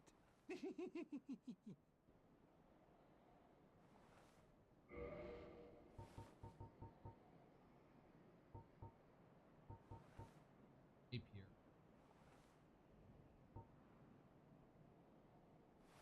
Scale C with dexterity, but I guess that's the same as my scimitar. No, B scaling with dexterity. Scimitar.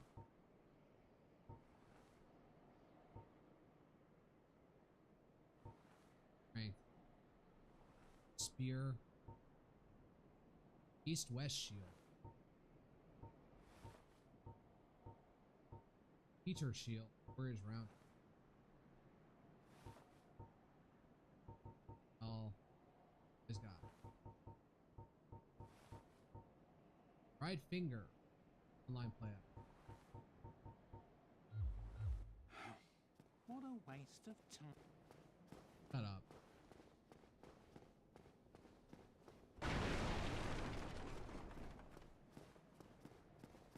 sound effects remind me of something out of like Star Wars. You sense.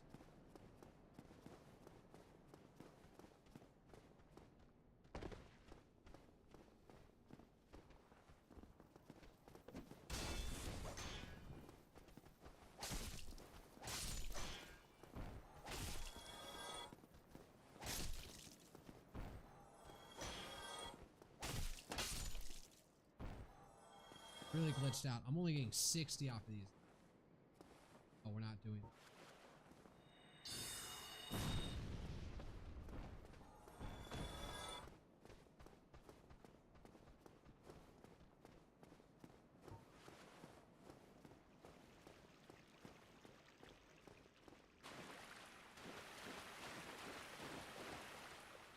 It's not open from this side.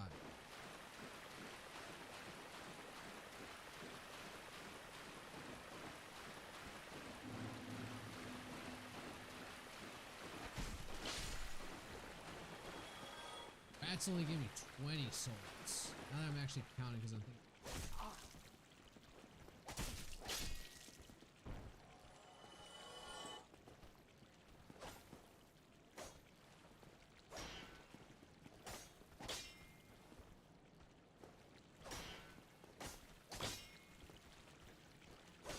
Wow, fighting downhill is a challenge.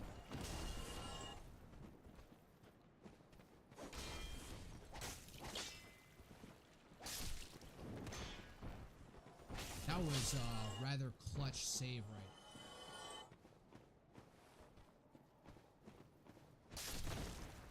Yeah, that's right. Get dunked on.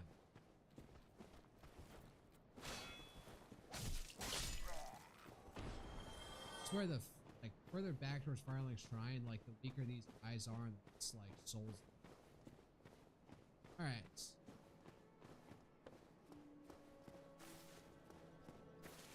Save. What's a fucking... Right. Now,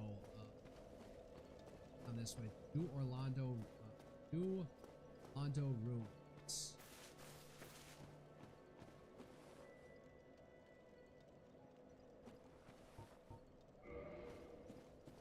It's like down this way.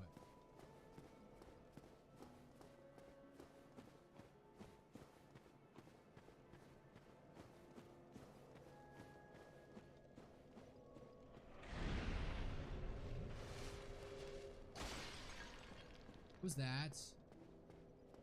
We're about to get invaded.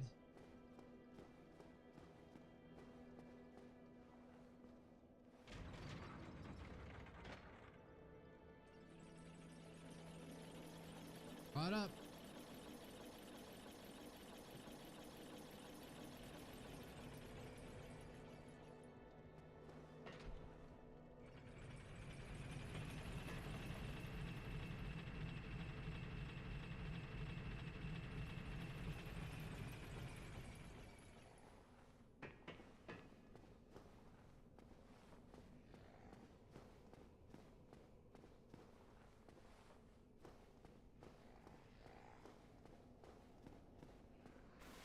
Be some guy down here that I can from.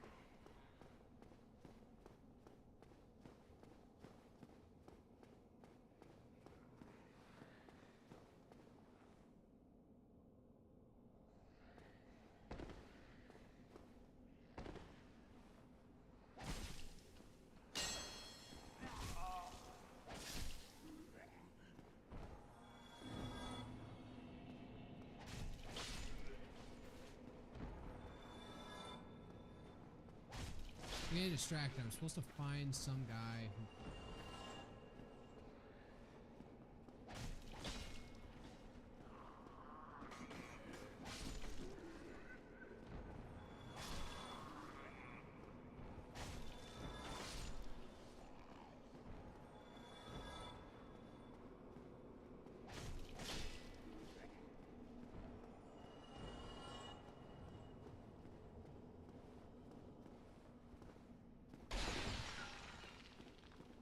I may have to look this up.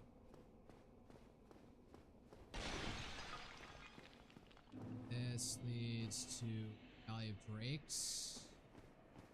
That's not what it was. It was supposed to be a new Londo route.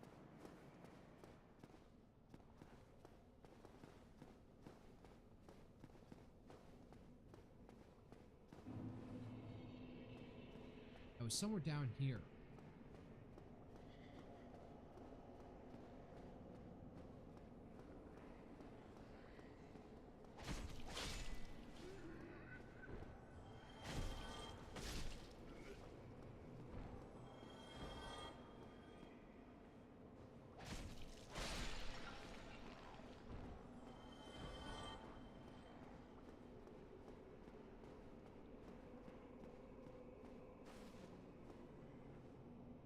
Carrying. I can't take this.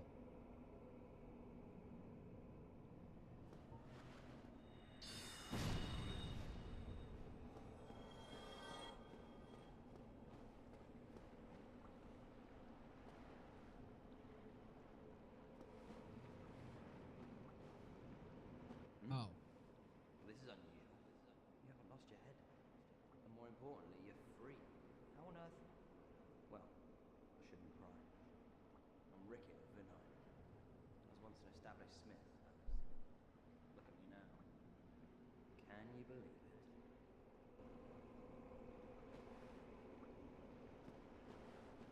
Hmm? What is it? Have you? Oh no. Don't worry. I've no intention of escape. It's safe here. Can't bear the thought of going hollow out there. Although, I must admit, not much to occupy myself. How about this? I could forge your weapons, albeit with rather minimal tools. I'll show you what made me the best in business. Modify equipment, reinforced weapon, reinforced armor, purchase item. Heavy soul arrow, 4,000 souls. I need to look this up. There was some other place I could get some other thing.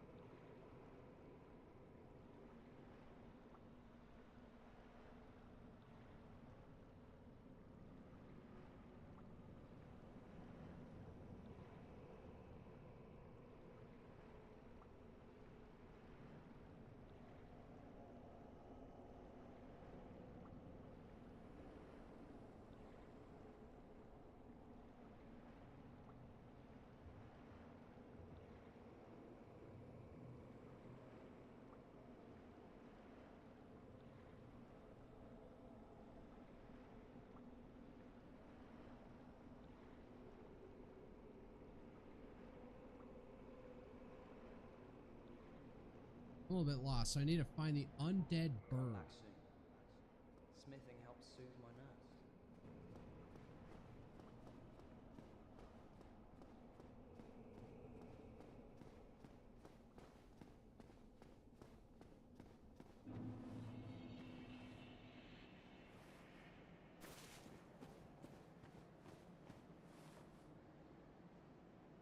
That's the way, ugly ass way into Blight Town.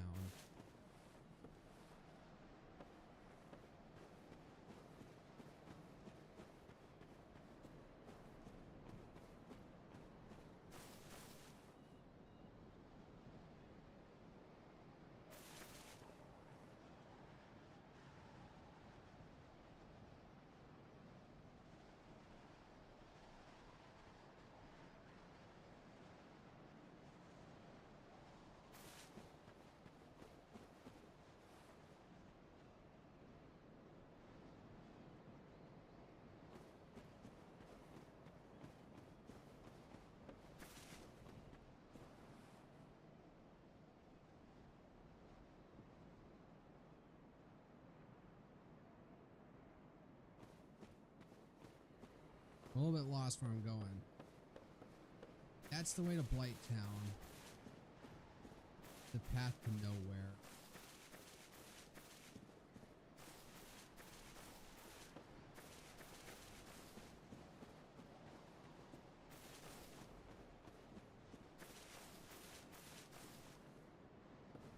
Oh, he's like fully awake now.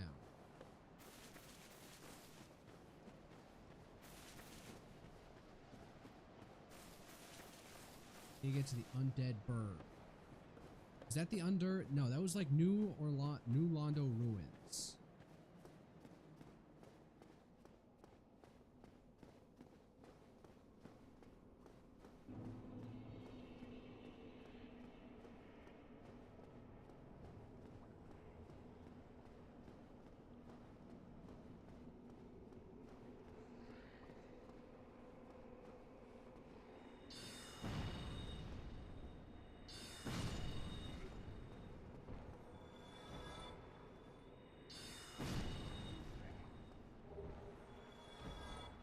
S stop. That's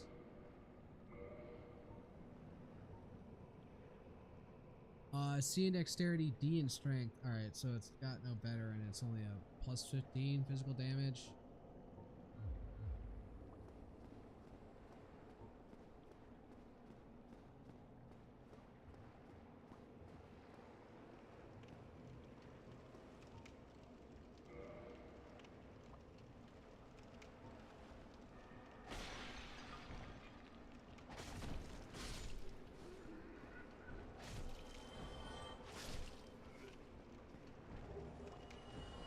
Transient curse. Need rolling. Alright, so there's like some no, this is I need to get to the undead bird. I'm gonna go back up to Firelink Shrine because I don't think I'm in the right area at this point.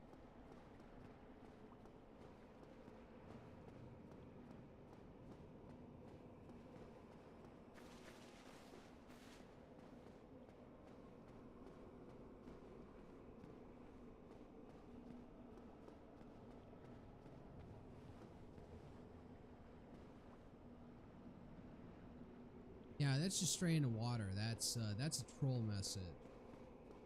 Not following that. Right. Back up. Firelink Shrine. Not that way.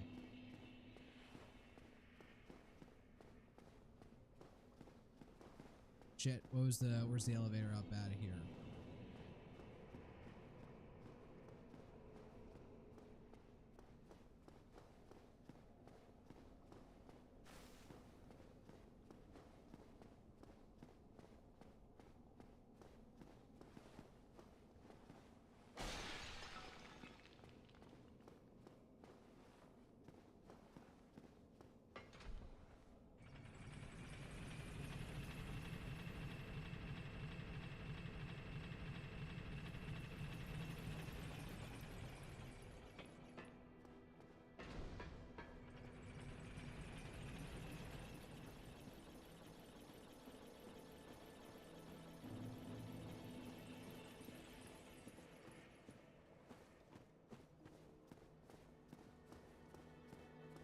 So there's a merchant somewhere.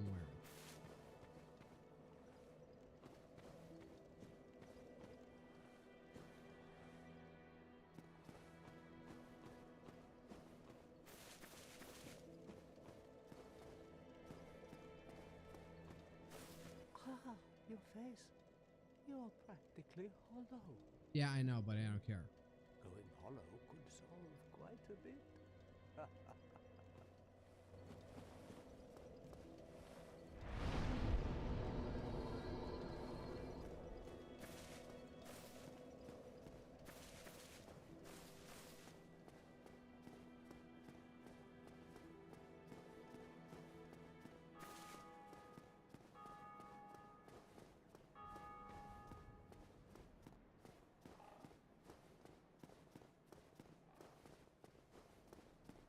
This takes me up. We go down. Being very commentary-less right now. Doesn't help.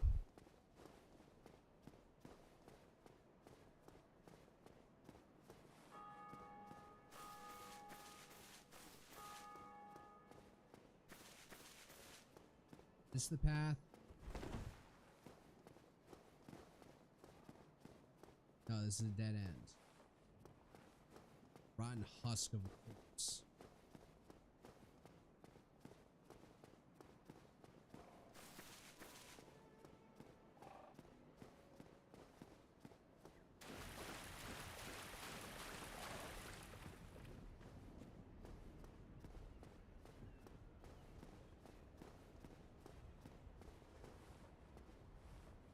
Still can't get to that. Maybe I can.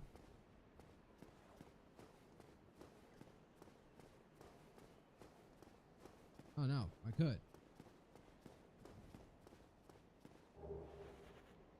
Hold the lost undead.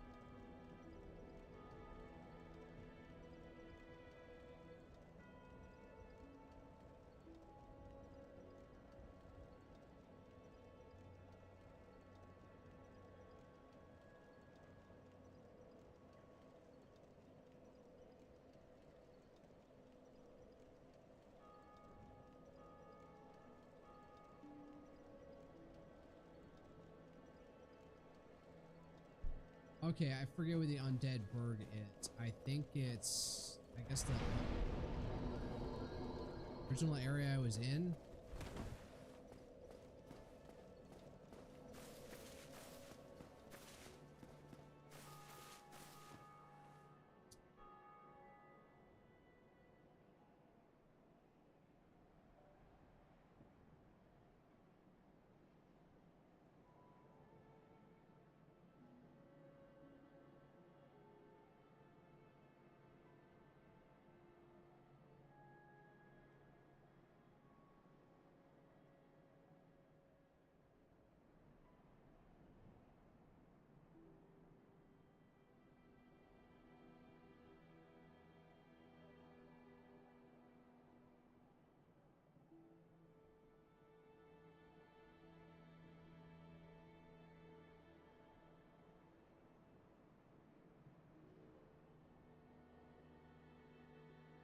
Alright, I'm gonna try and go to the undead bird. See if I can get to the lower undead bird.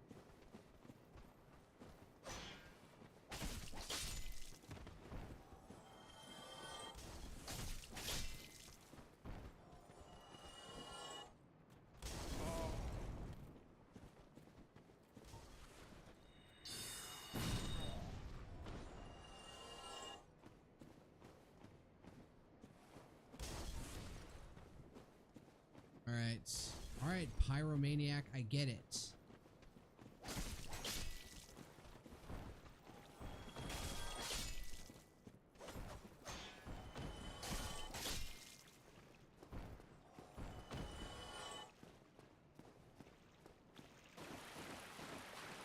I was always trying to get away from it.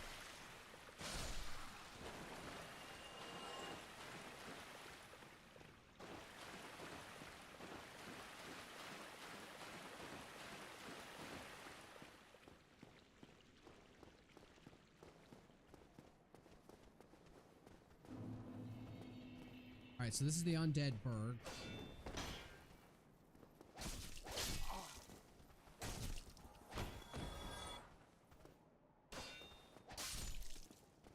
So what the fuck was that?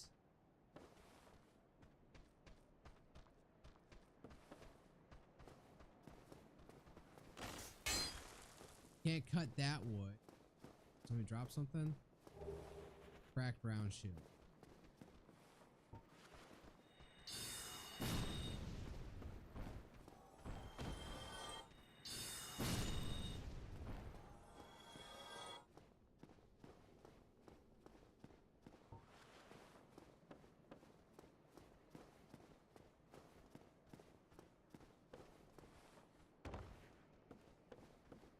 don't know, I guess I'm trying to get lower. This probably is not the way to go.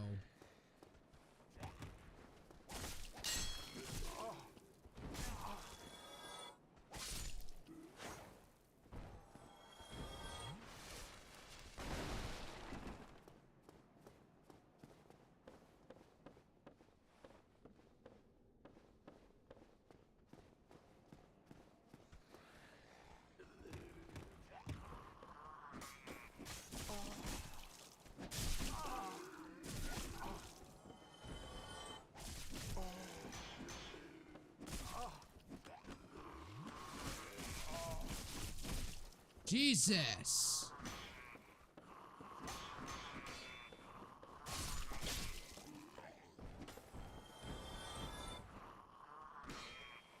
That was a rather tense situation there.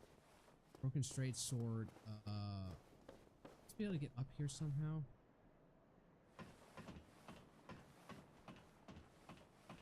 I need to get lower, not up.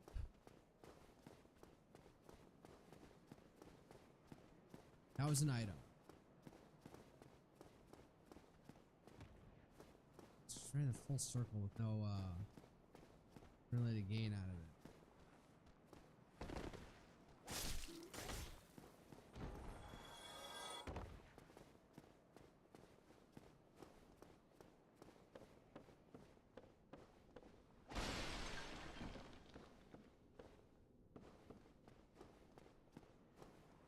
Or else I could jump off. Down. No. Wasting time. Man, this is really going to be it. Wow, the broken straight sword thing is still stuck on my... There. Made it go away. Continue to the next fireplace. They got souls for a great soul arrow. Now. From that guy. But I know there's supposed to be someplace that's... another option.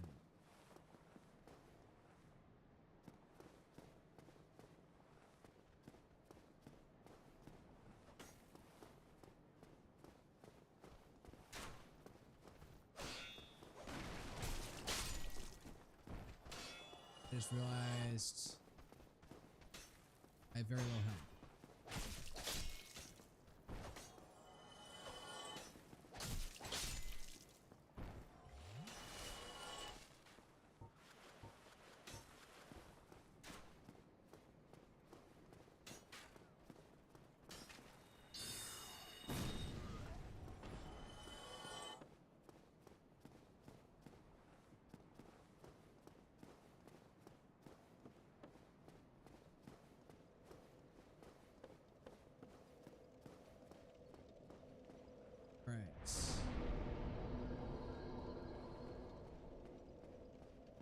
Said the merchant. There were stairs behind the merchant, so... Oh, I forgot. Enemies respawn.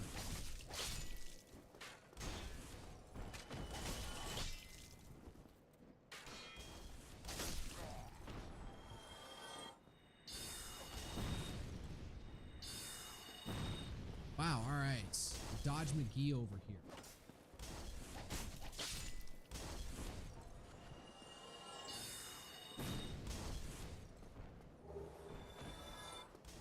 Can I not sell this junk somewhere, please?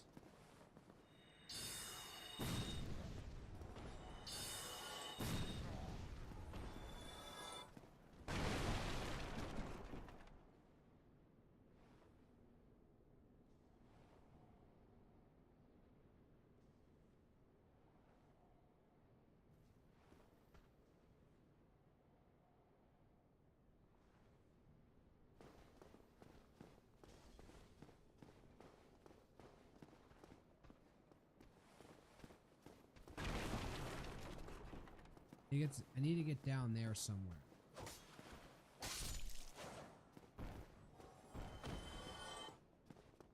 There an option to go down from here.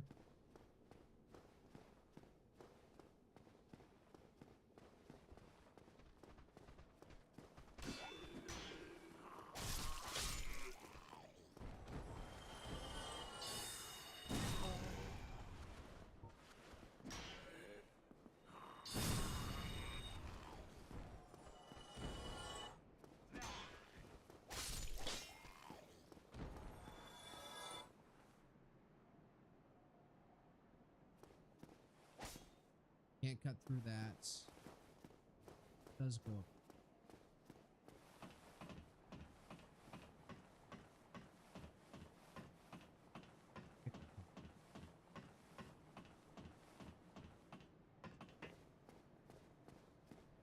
And that's how to get over there, but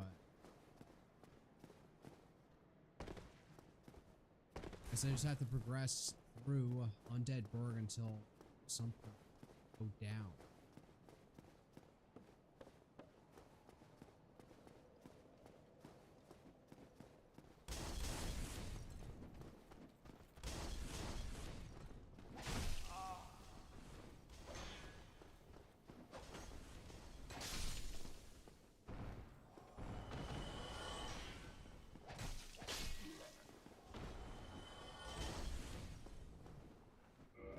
It's not open from this side.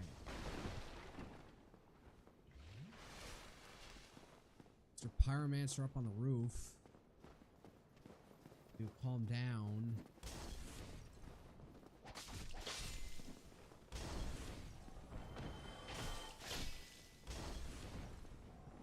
He's chucking shit out there.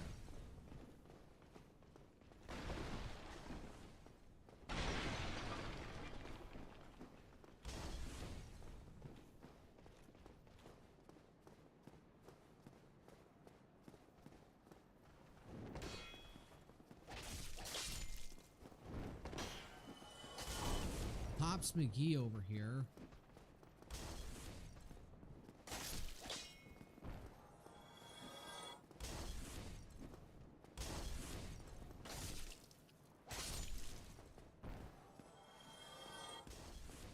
Well, I need to collect souls anyways for all this.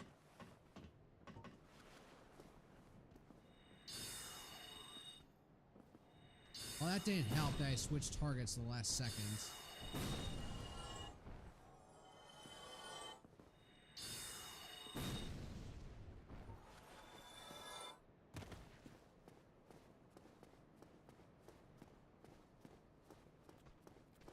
No way down. There's a fucking, like, hefty ass knight up there. Just have. Oh no, there's just a crossbowman. That was gonna be like a silver knight or something.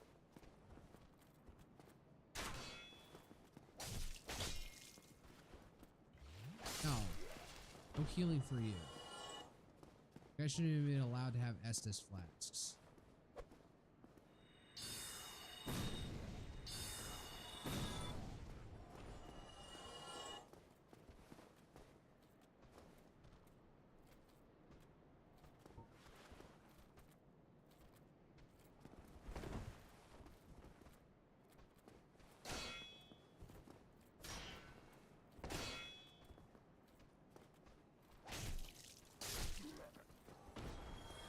Stairs down to the Undead Burg. Have I been ignoring these for oh shit, that's why I haven't.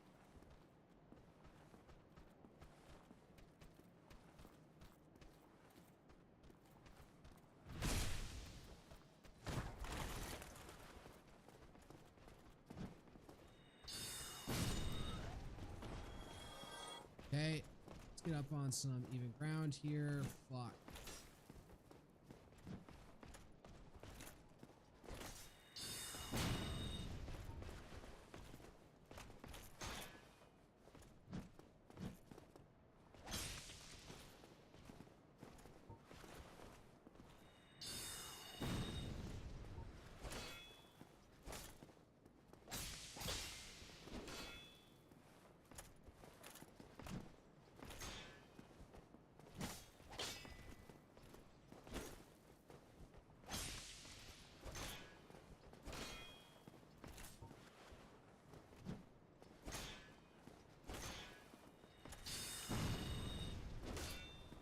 That did something.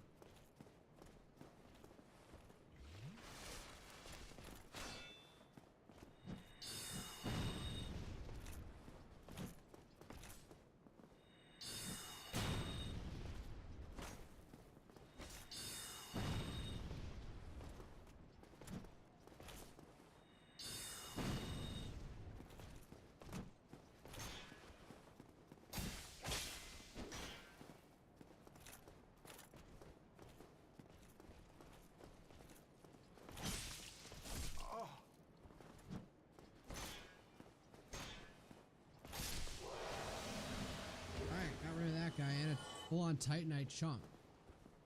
Well, that was a bit tense, but I pulled it off. Absolute bullshit. Probably should not. Now an item. Guy came up behind me. Blue Tearstone ring. Really out of spells. That's boarded up.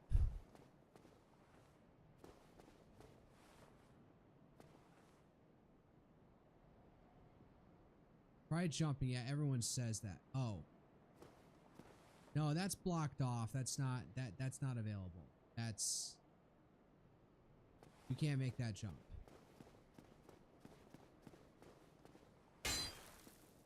That's blocked up with stone. I don't know how to get down to the lower berg. This would be the big problem here.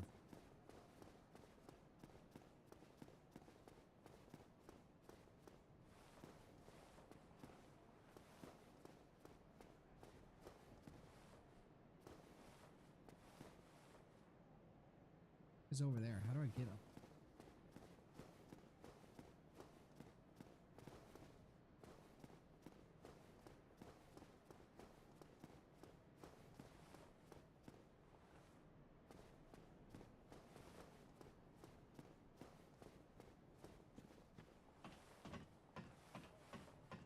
I have to drop down through some shit over here.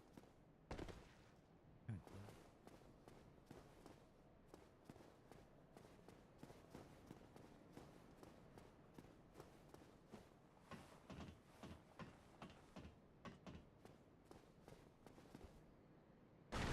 Wow, that could have ended disastrously. I'm getting impatient and reckless. Go up.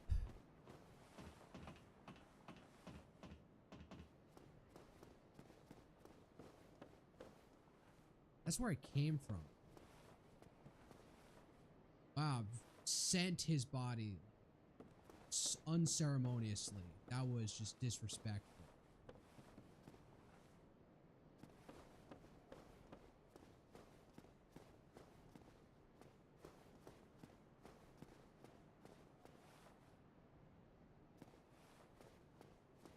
And over here, and this just falls down to where I was like before. That door's locked off, and then back where the fire is.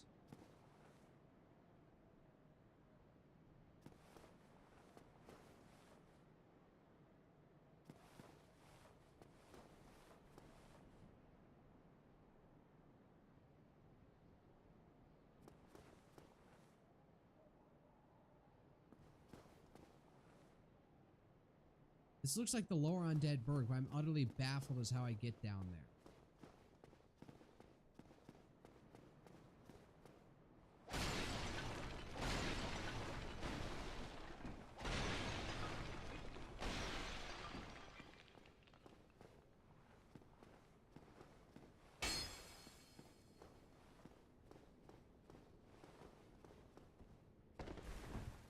Nope.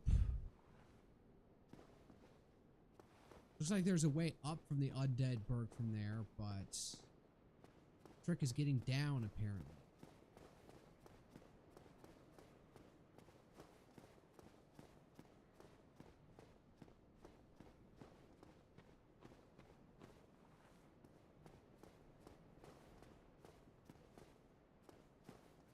I don't know, maybe there's a way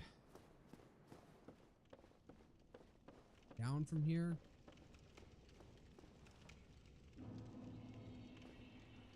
What the fuck? I retrieved something? Oh wait, this is how I get down to Hovel.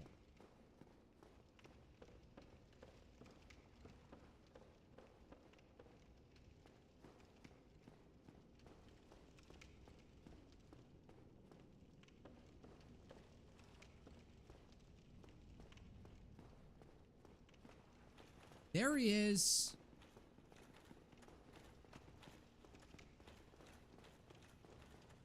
This sound a dark root basin. I'm utterly lost. How to... I might like actually take a minute to go through a video to figure out how the heck I get down here, because it's not exactly clear how I get to the undead berg from the upper end undead berg.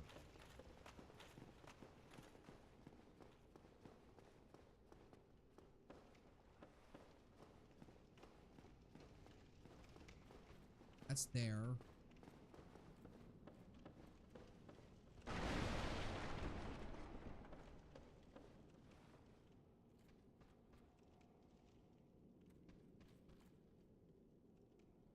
Still coming for me?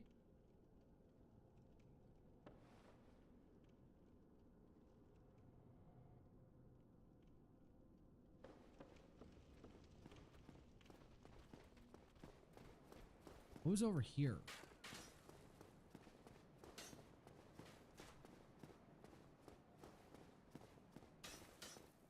There's the tower with the giants. Not the giant, with the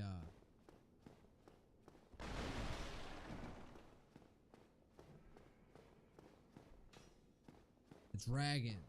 Giant fire-breathing dragon. There's supposed to be like a fire... No, there's Solaire.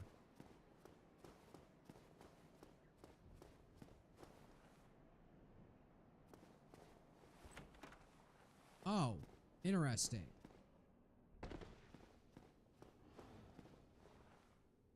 Fudge! That's how far I have to go. I have to go through all... well, this is a new area to me, so let's see. There, like, somewhere I can go from here.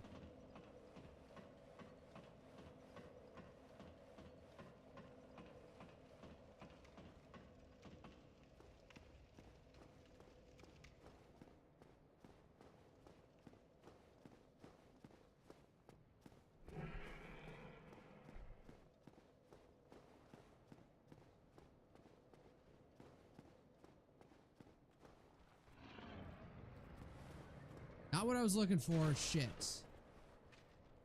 Alright, I had a lot of souls saved up, so I gotta play it safe.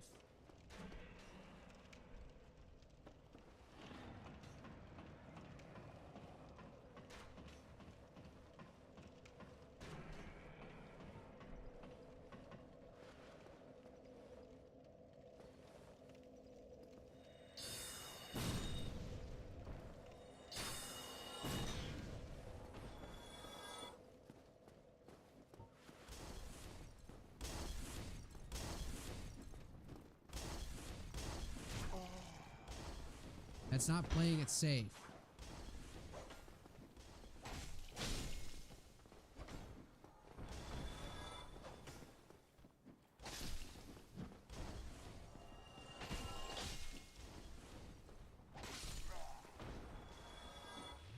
Alright.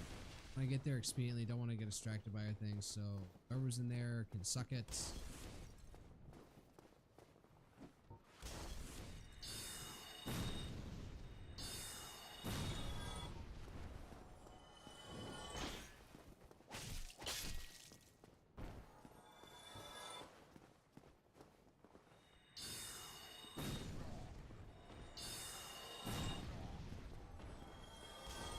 One guy up here is going to be heckling me non-stop, so...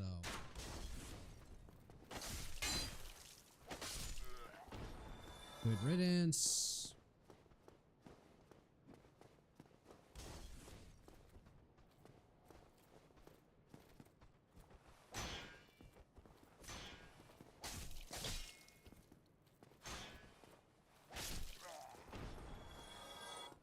That guy's probably not bound there, but no point checking it out.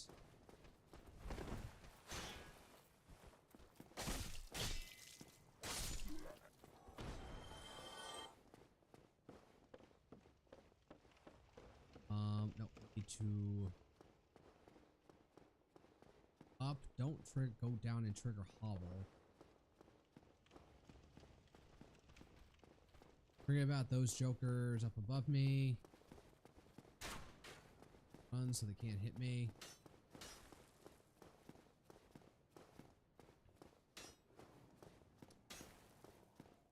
Excuse my indigestion.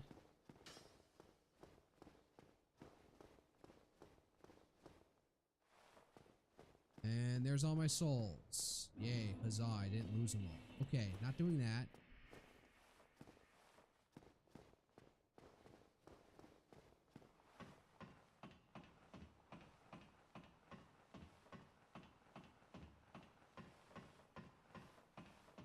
Man, look at my scabbard. That thing is chunky. I don't know why it's now that I'm just noticing this fact. And also, it doesn't look like the sword is in there. Man, that was tediously long.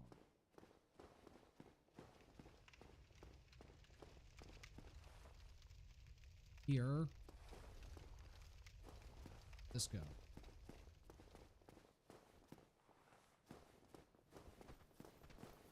Oh, hey. Open that.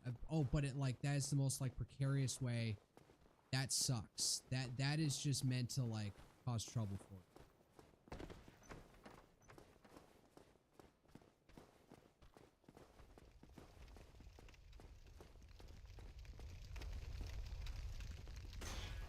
Bad doggy.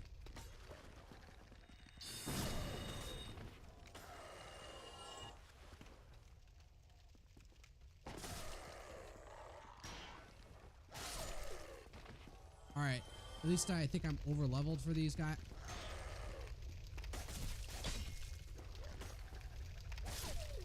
God, somebody get the fire extinguisher. May get the message, lower undead bird. Be wary of lying ambush. Lying ambush ahead.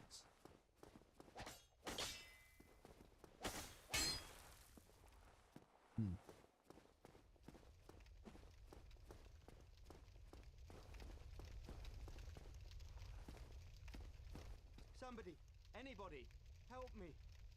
Unlock. Damn, I'm finished.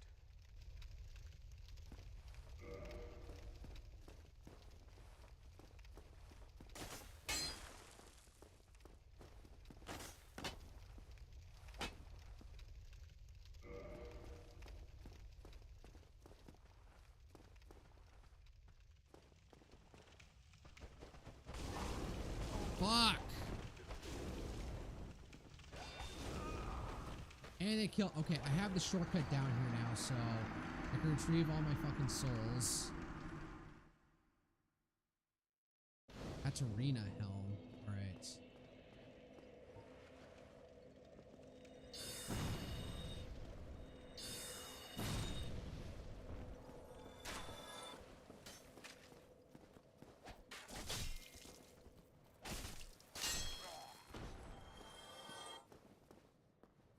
Don't lock onto that punching all the way in there.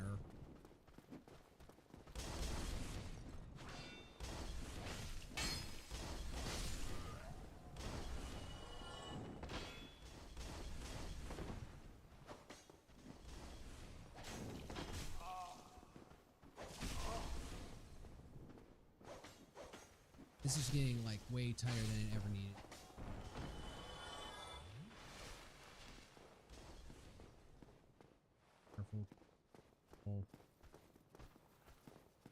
A lot of souls. That's a couple level ups worth of souls.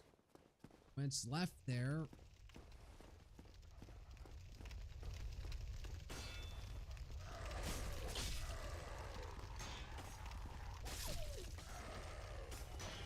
What status effect are they giving? God, the fucking body of this thing is like absolutely in my fucking face.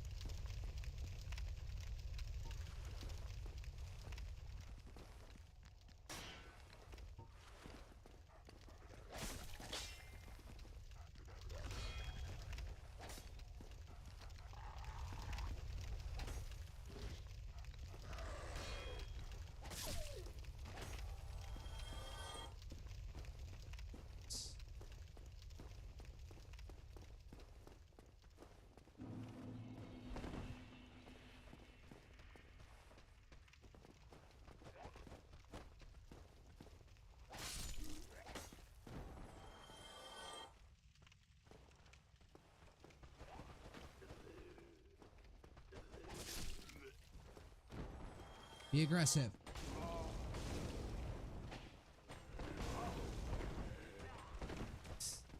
Yeah, but also competent.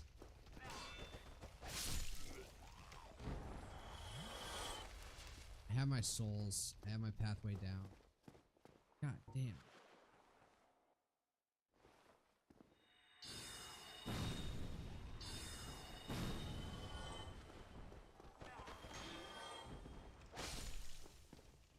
I still have no idea where this twin humanities. Damn, that's powerful. Dark ahead. Yeah, indeed, it is very dark that way.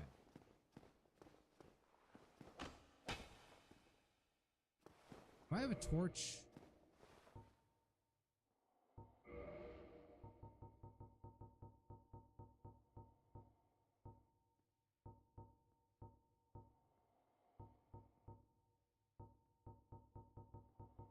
This is where pyromancy would come in handy. Black Knight halberd.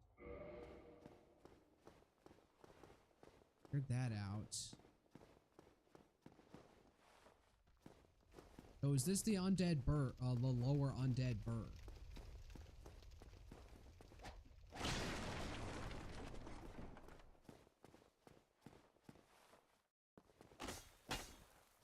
Oh, open that. Open that.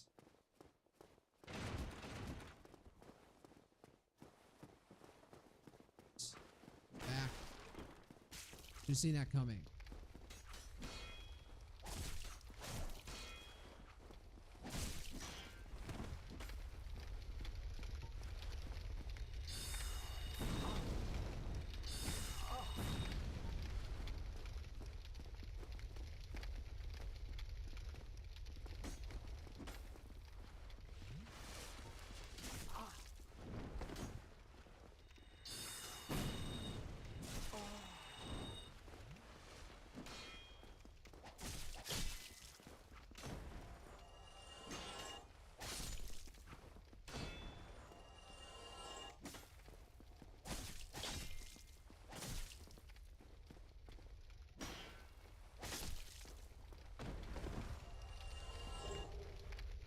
Target shield. Jesus Christ. Alright, that nearly got me. Clam up when I get into trouble situations like this so I can effectively commentate. Thing in here. Mail breaker. Feels like a stabbing weapon.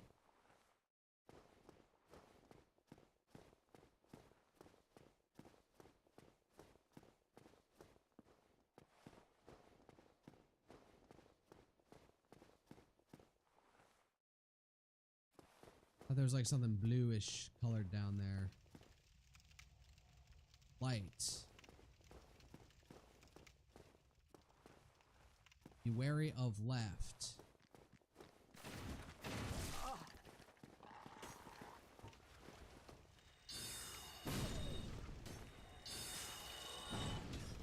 God, these guys are feisty.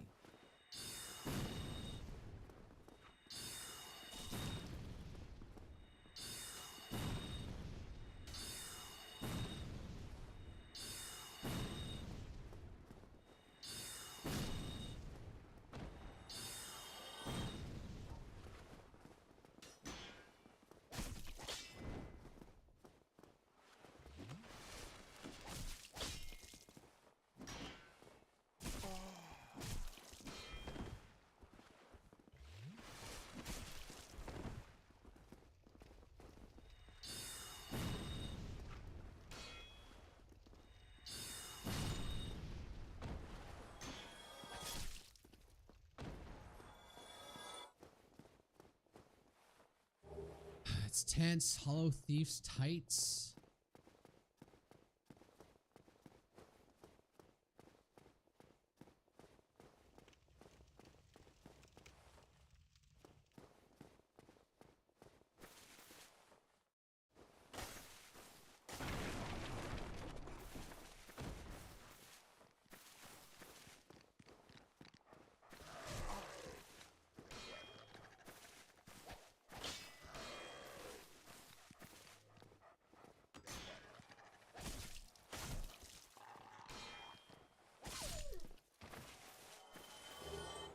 Large soul of lost undead.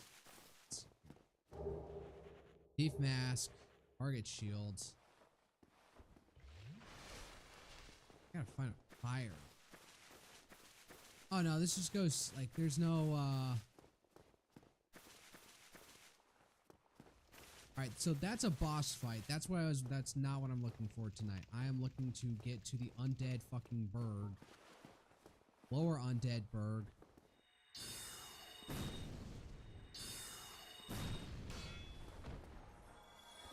I see you. I saw that coming a fucking mile away, you dumbass.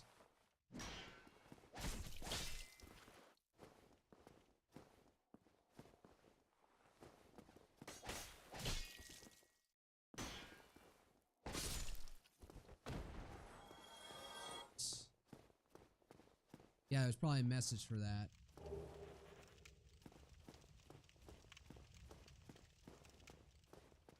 I don't like that wide open space. That scares me.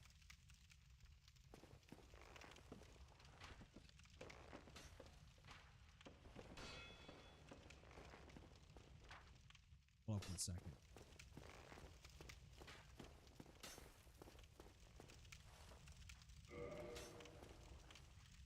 Amazing Ember ahead. Large Soul of a Lost Net. Alright. Only way forward is through Mr. Archer.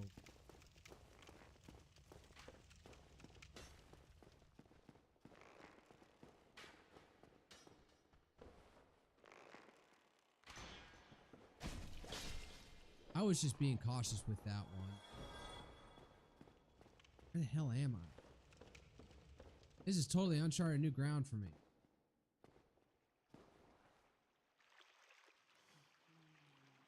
You still have your senses about you. Then why won't you buy some of my moss? Interesting. I need your souls. Poison throwing knife, alluring skull, charcoal, pine resin. Applies fire to right hand weapon. Rotten pine resin. Adds poison effect. That's interesting. Prism stone. This kind of stuff would probably be useful against the fire drake. It's $500 a pop. Purging stone. Reduces curse buildup and breaks curse. Interesting.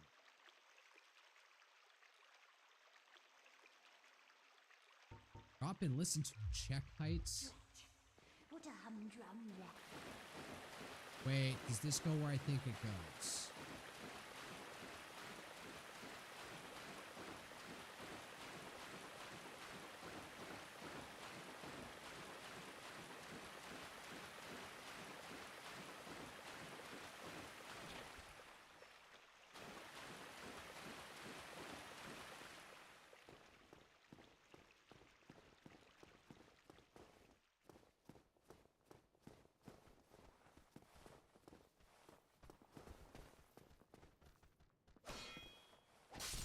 Yeah, we're back at the undead burg.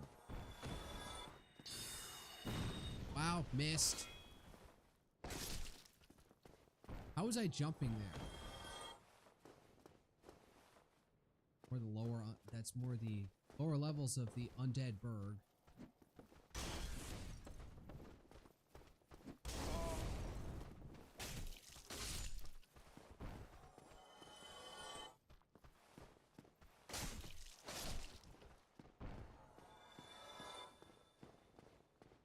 I'm gonna keep exploring this area, but goddamn, no,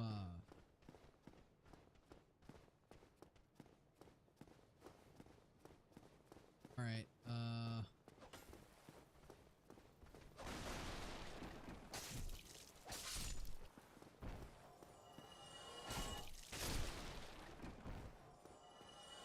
alright, I guess we might as well rest here. You know what, I'm gonna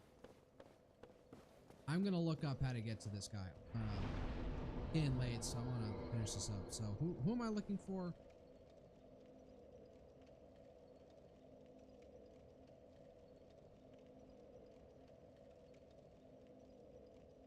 How to get to lower undead burg.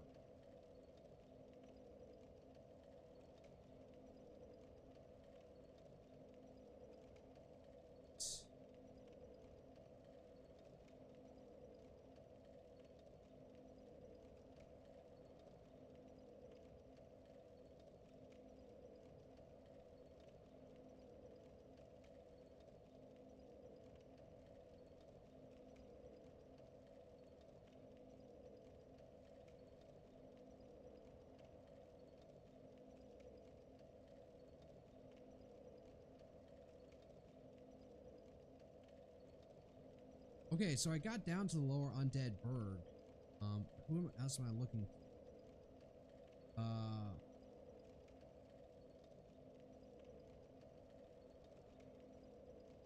Oh, I need to look at something else.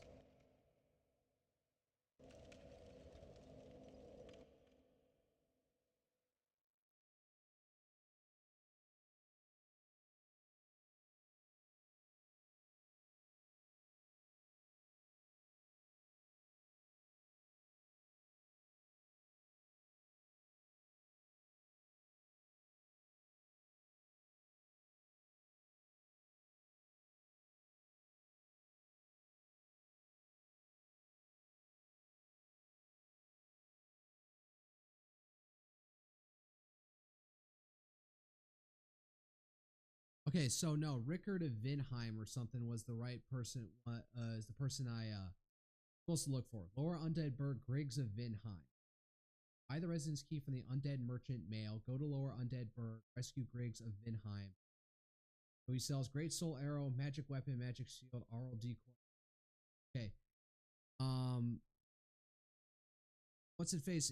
ChatGPT is telling me that Rickard of Vinheim, the guy all the way down in the New Orlando ruins, has more weapons, had more spells than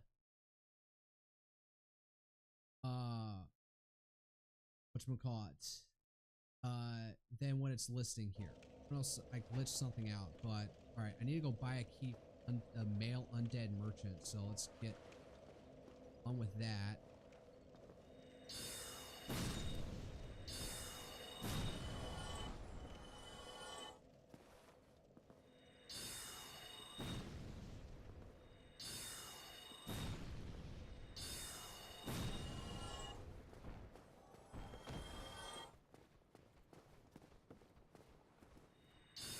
Man, they have some long ass. Are they all spears? That makes sense now.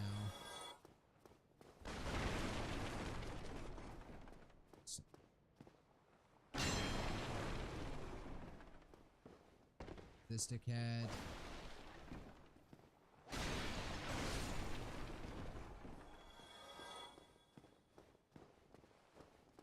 Oh, still keeping him. Then go ahead. Never heard.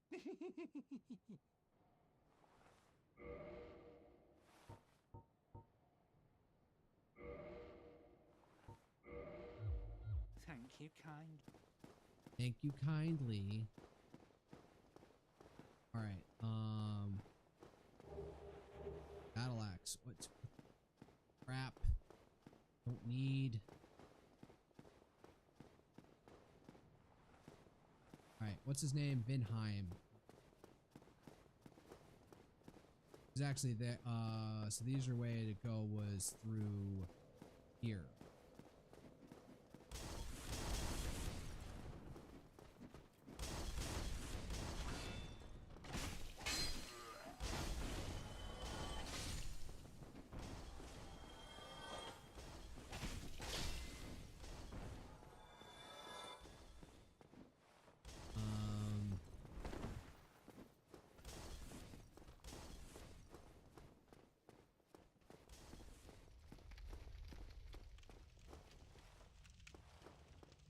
No, this way. So it's the residence key.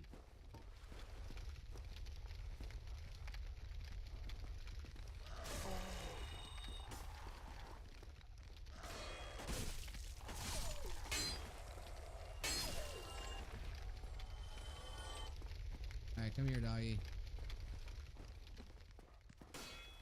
I guess this ambush is a one and done thing, or maybe they respawn in their spots. Man, god damn it.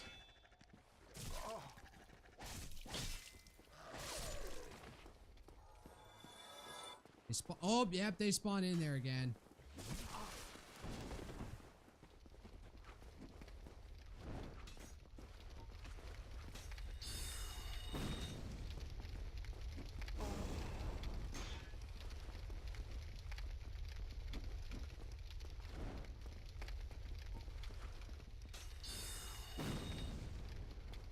God damn it, refocus.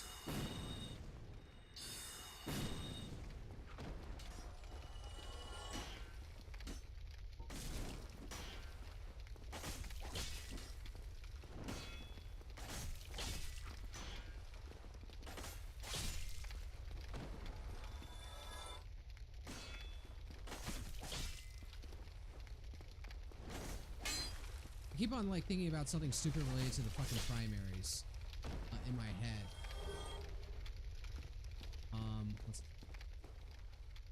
Nope, not there.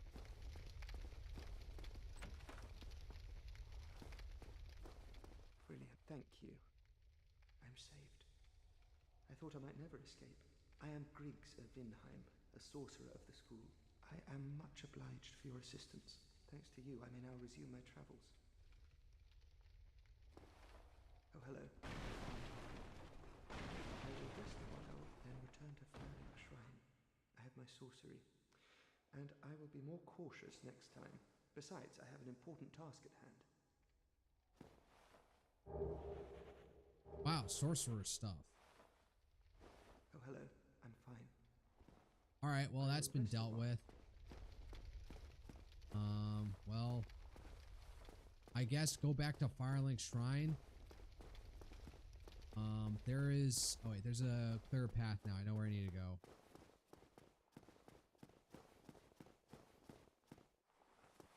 One of them fucking spawned behind me.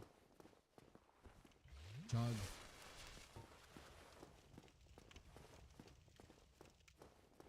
Come on, out. Out with you rapscallions.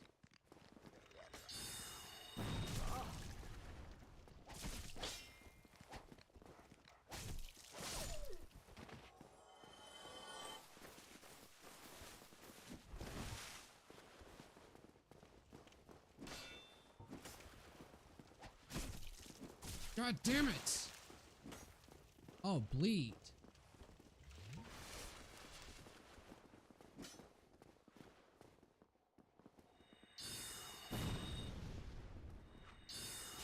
God, these guys are so fucking nimble, it sucks.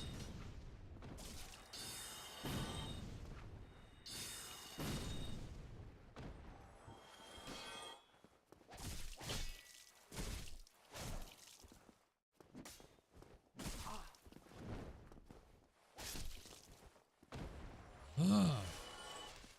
Man, these guys are nasty. Deal with. Where am I going? Oh, nope. Dog. Got him.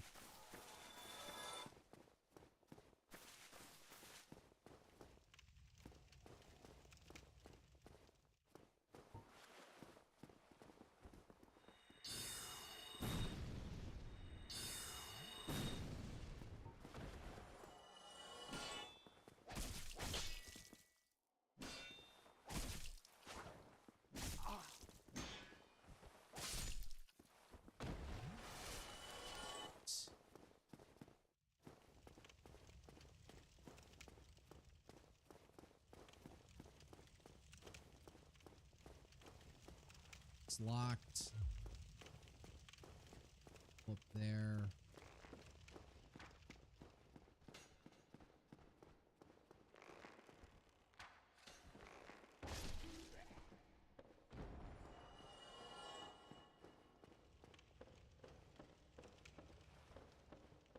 Oh, that's completely closed off.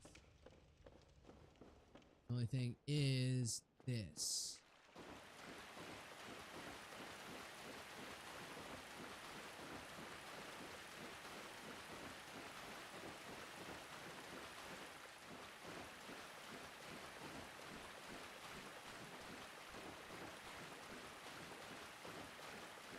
There's the rat. So that was back up to the undead bird, and then here is way back to Firelink Shrine. Because all this rat ever does is run away. Now they fight to get the hell out.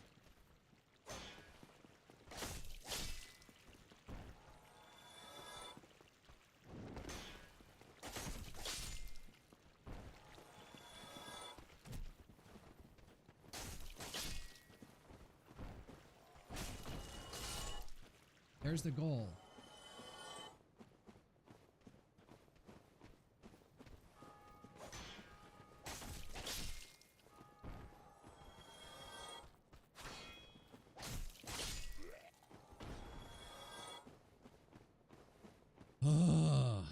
Well, this was a trip, wasn't it?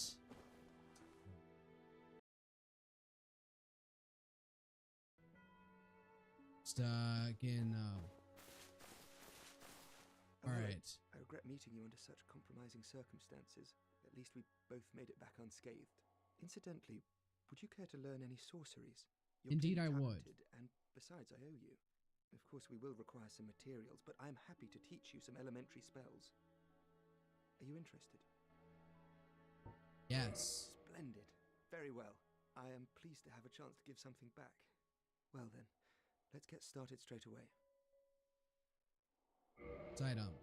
Heavy soul arrow. Great soul arrow. 1,000, 2,000s. Need a high intelligence. Higher intelligence though.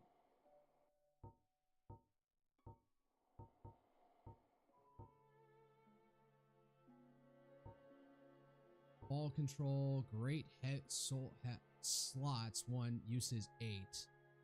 8,000. Magic weapon. The power of the magic swordsman of Vinheim. Etiquette. Sorcery for caster who wields swords. Use magic augmentation right weapon. Aural decoy. Used by playful sorcerers. Lure enemies away by creating a sound originate. Magic shield. Okay. How much was it for the weapon? Magic weapon. So it's 3,000 and let's see here. Oh, soul arrow, heavy soul arrow. Let's see here. Great soul arrow. More powerful but also slower sorcery. Difficult to use due to a long cooldown and limitations on number of casting. Sorcery which improved upon soul arrow at the Vinheim Dragon School. Acquisition spell marks an apprentice. Coronation as a sorcerer.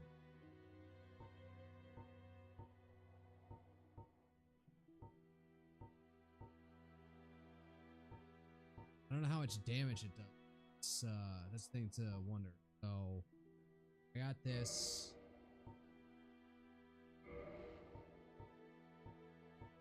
And I'll throw in magic weapon. All right. That'll do it. That should help you on your journey. May we meet again. All right. Tune some spells.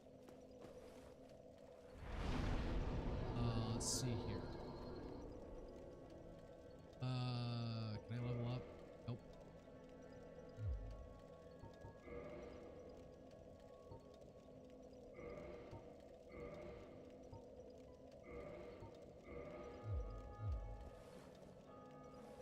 All right. Wait. Did you have any sort of better casting? Oh, hello. Well, you said myself. I'm fine. Let's get started straight away.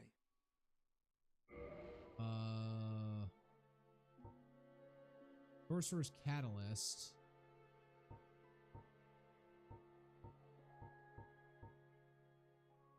Boost sorcery. That's a lot. Sorcerer Catalyst. Can I have one of these? Goodbye then. Do stay safe.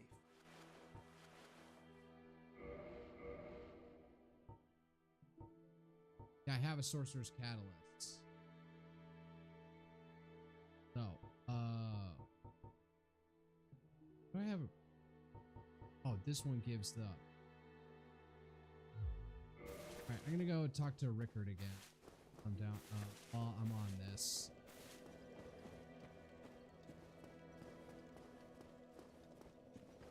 So that was a lot of me dicking around going the wrong way. Or not know where the hell I was going. So finally did that and got some new spells.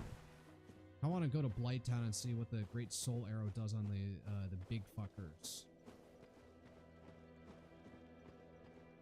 We're on a dragon.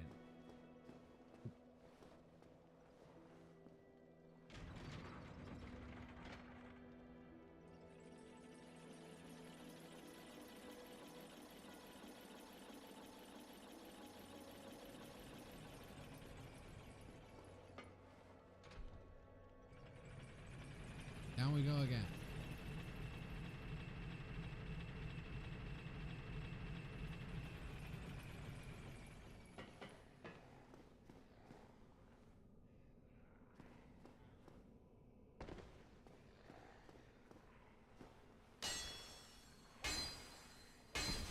gotta be kidding me.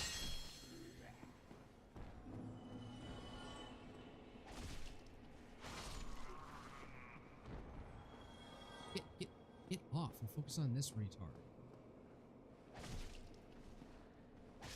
Like this, that is just purely bait to get somebody to fall off. Oh then. What weapons have you bought? Modify weapon, reinforced weapon, purchase item.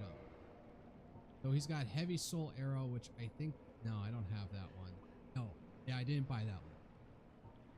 Sorcerer's catalyst. So yeah, that's all he has. Come back soon. Smithing helps soothe my nerves. Don't let me.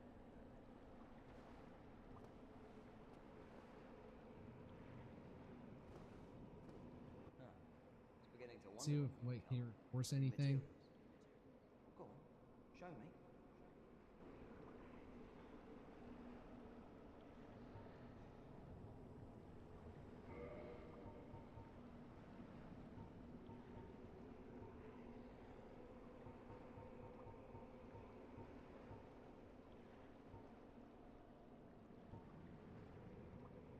Titanate shard 1 of 3 or 2 of 3. All right.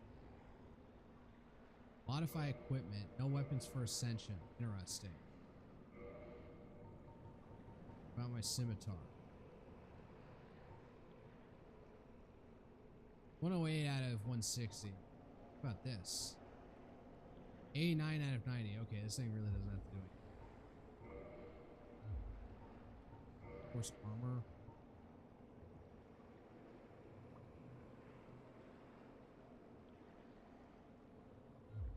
Come back soon. Right.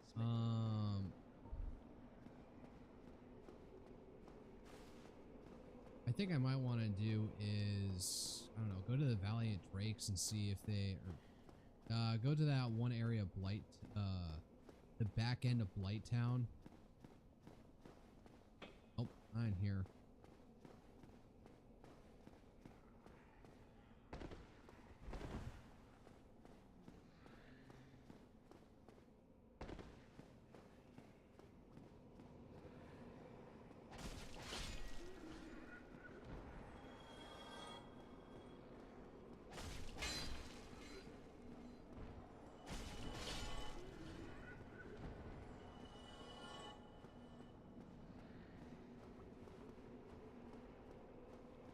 Another,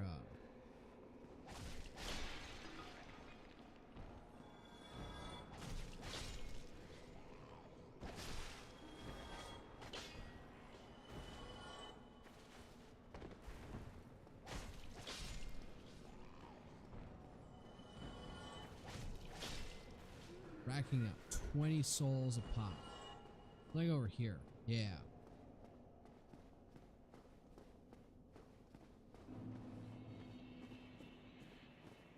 Valley of Drakes. Back end of Blight Town. Alright.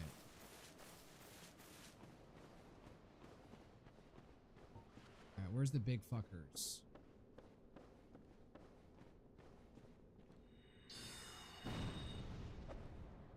No, I wanted to fucking destroy that thing. Right.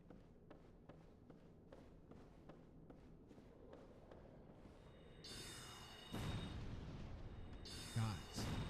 Still, like, barely does anything. I guess I'm on the level for this area.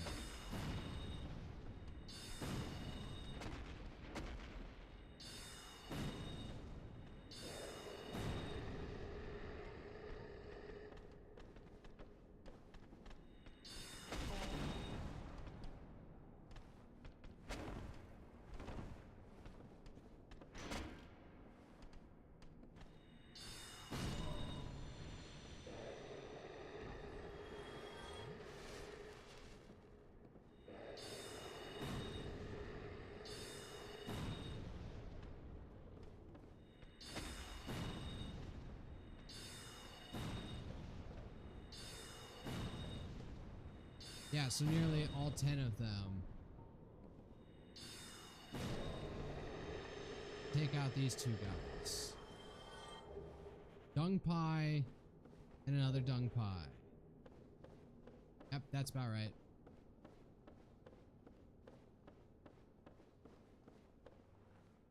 Try switch.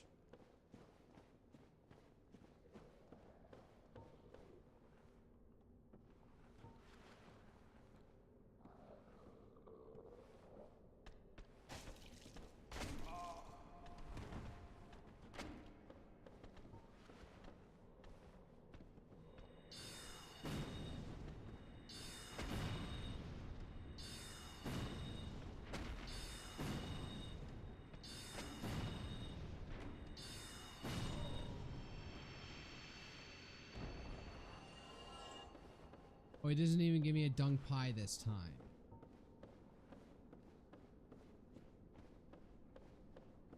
Well, I made it here.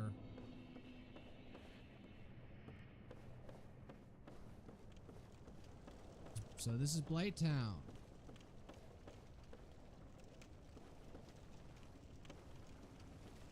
Where am I going?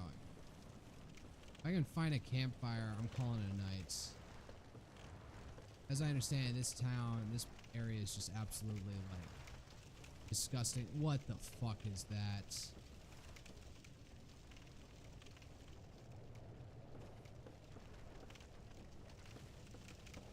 Nothing there. Enemies, enemies, enemies, enemies. Oh god, what the fuck are you?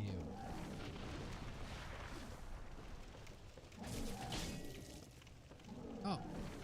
Barely doing damage to this thing.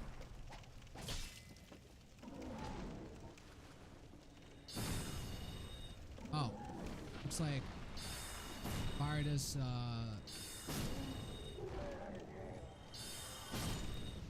right, and its little fly minion. Buddy just stood there and took it.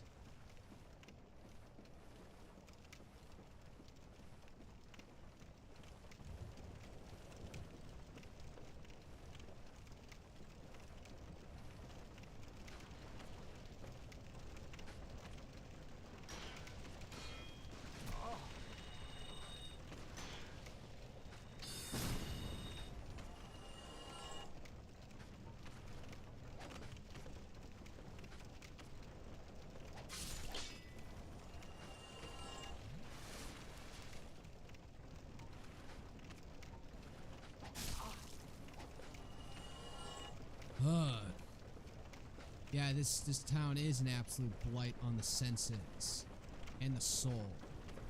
Oh, hey, look, something normal to some extent. Oh god.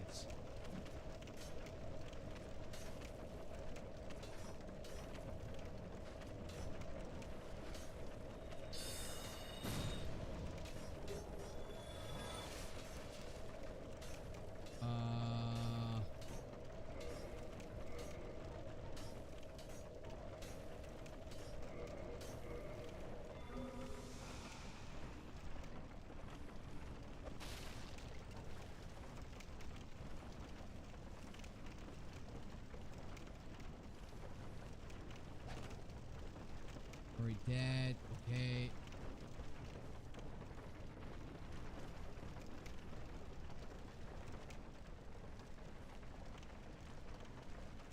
You know what? Let's not go that way. Is there a fireplace anywhere around here?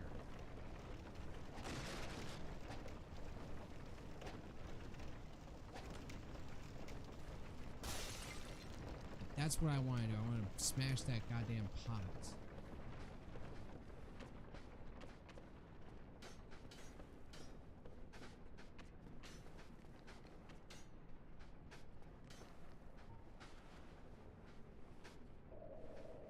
Oh, so I'm just taking it here.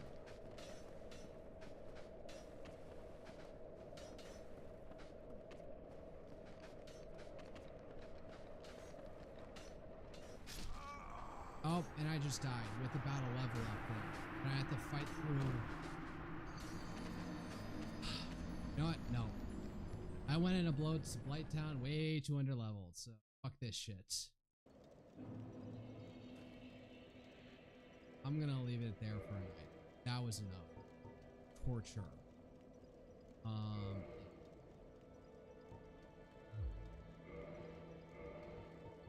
gonna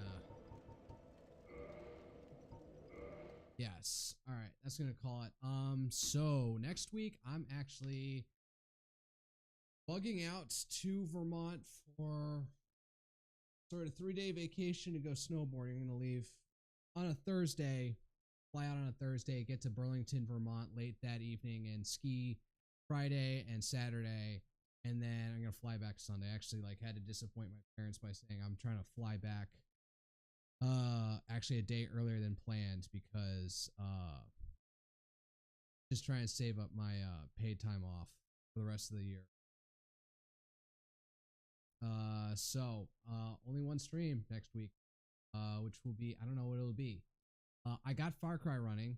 I have to manually downgrade the amount of cores that I have to get the thing to run, but I'm thinking that yeah, I'm gonna go through it. The gunplay felt better in that than it did with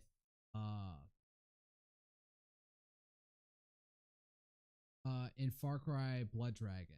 In all honesty, I feel like Far Cry 3 is a better game. It's got more to it, so I'm gonna go through that, and then I'll return to Resident Evil 4, do the remake.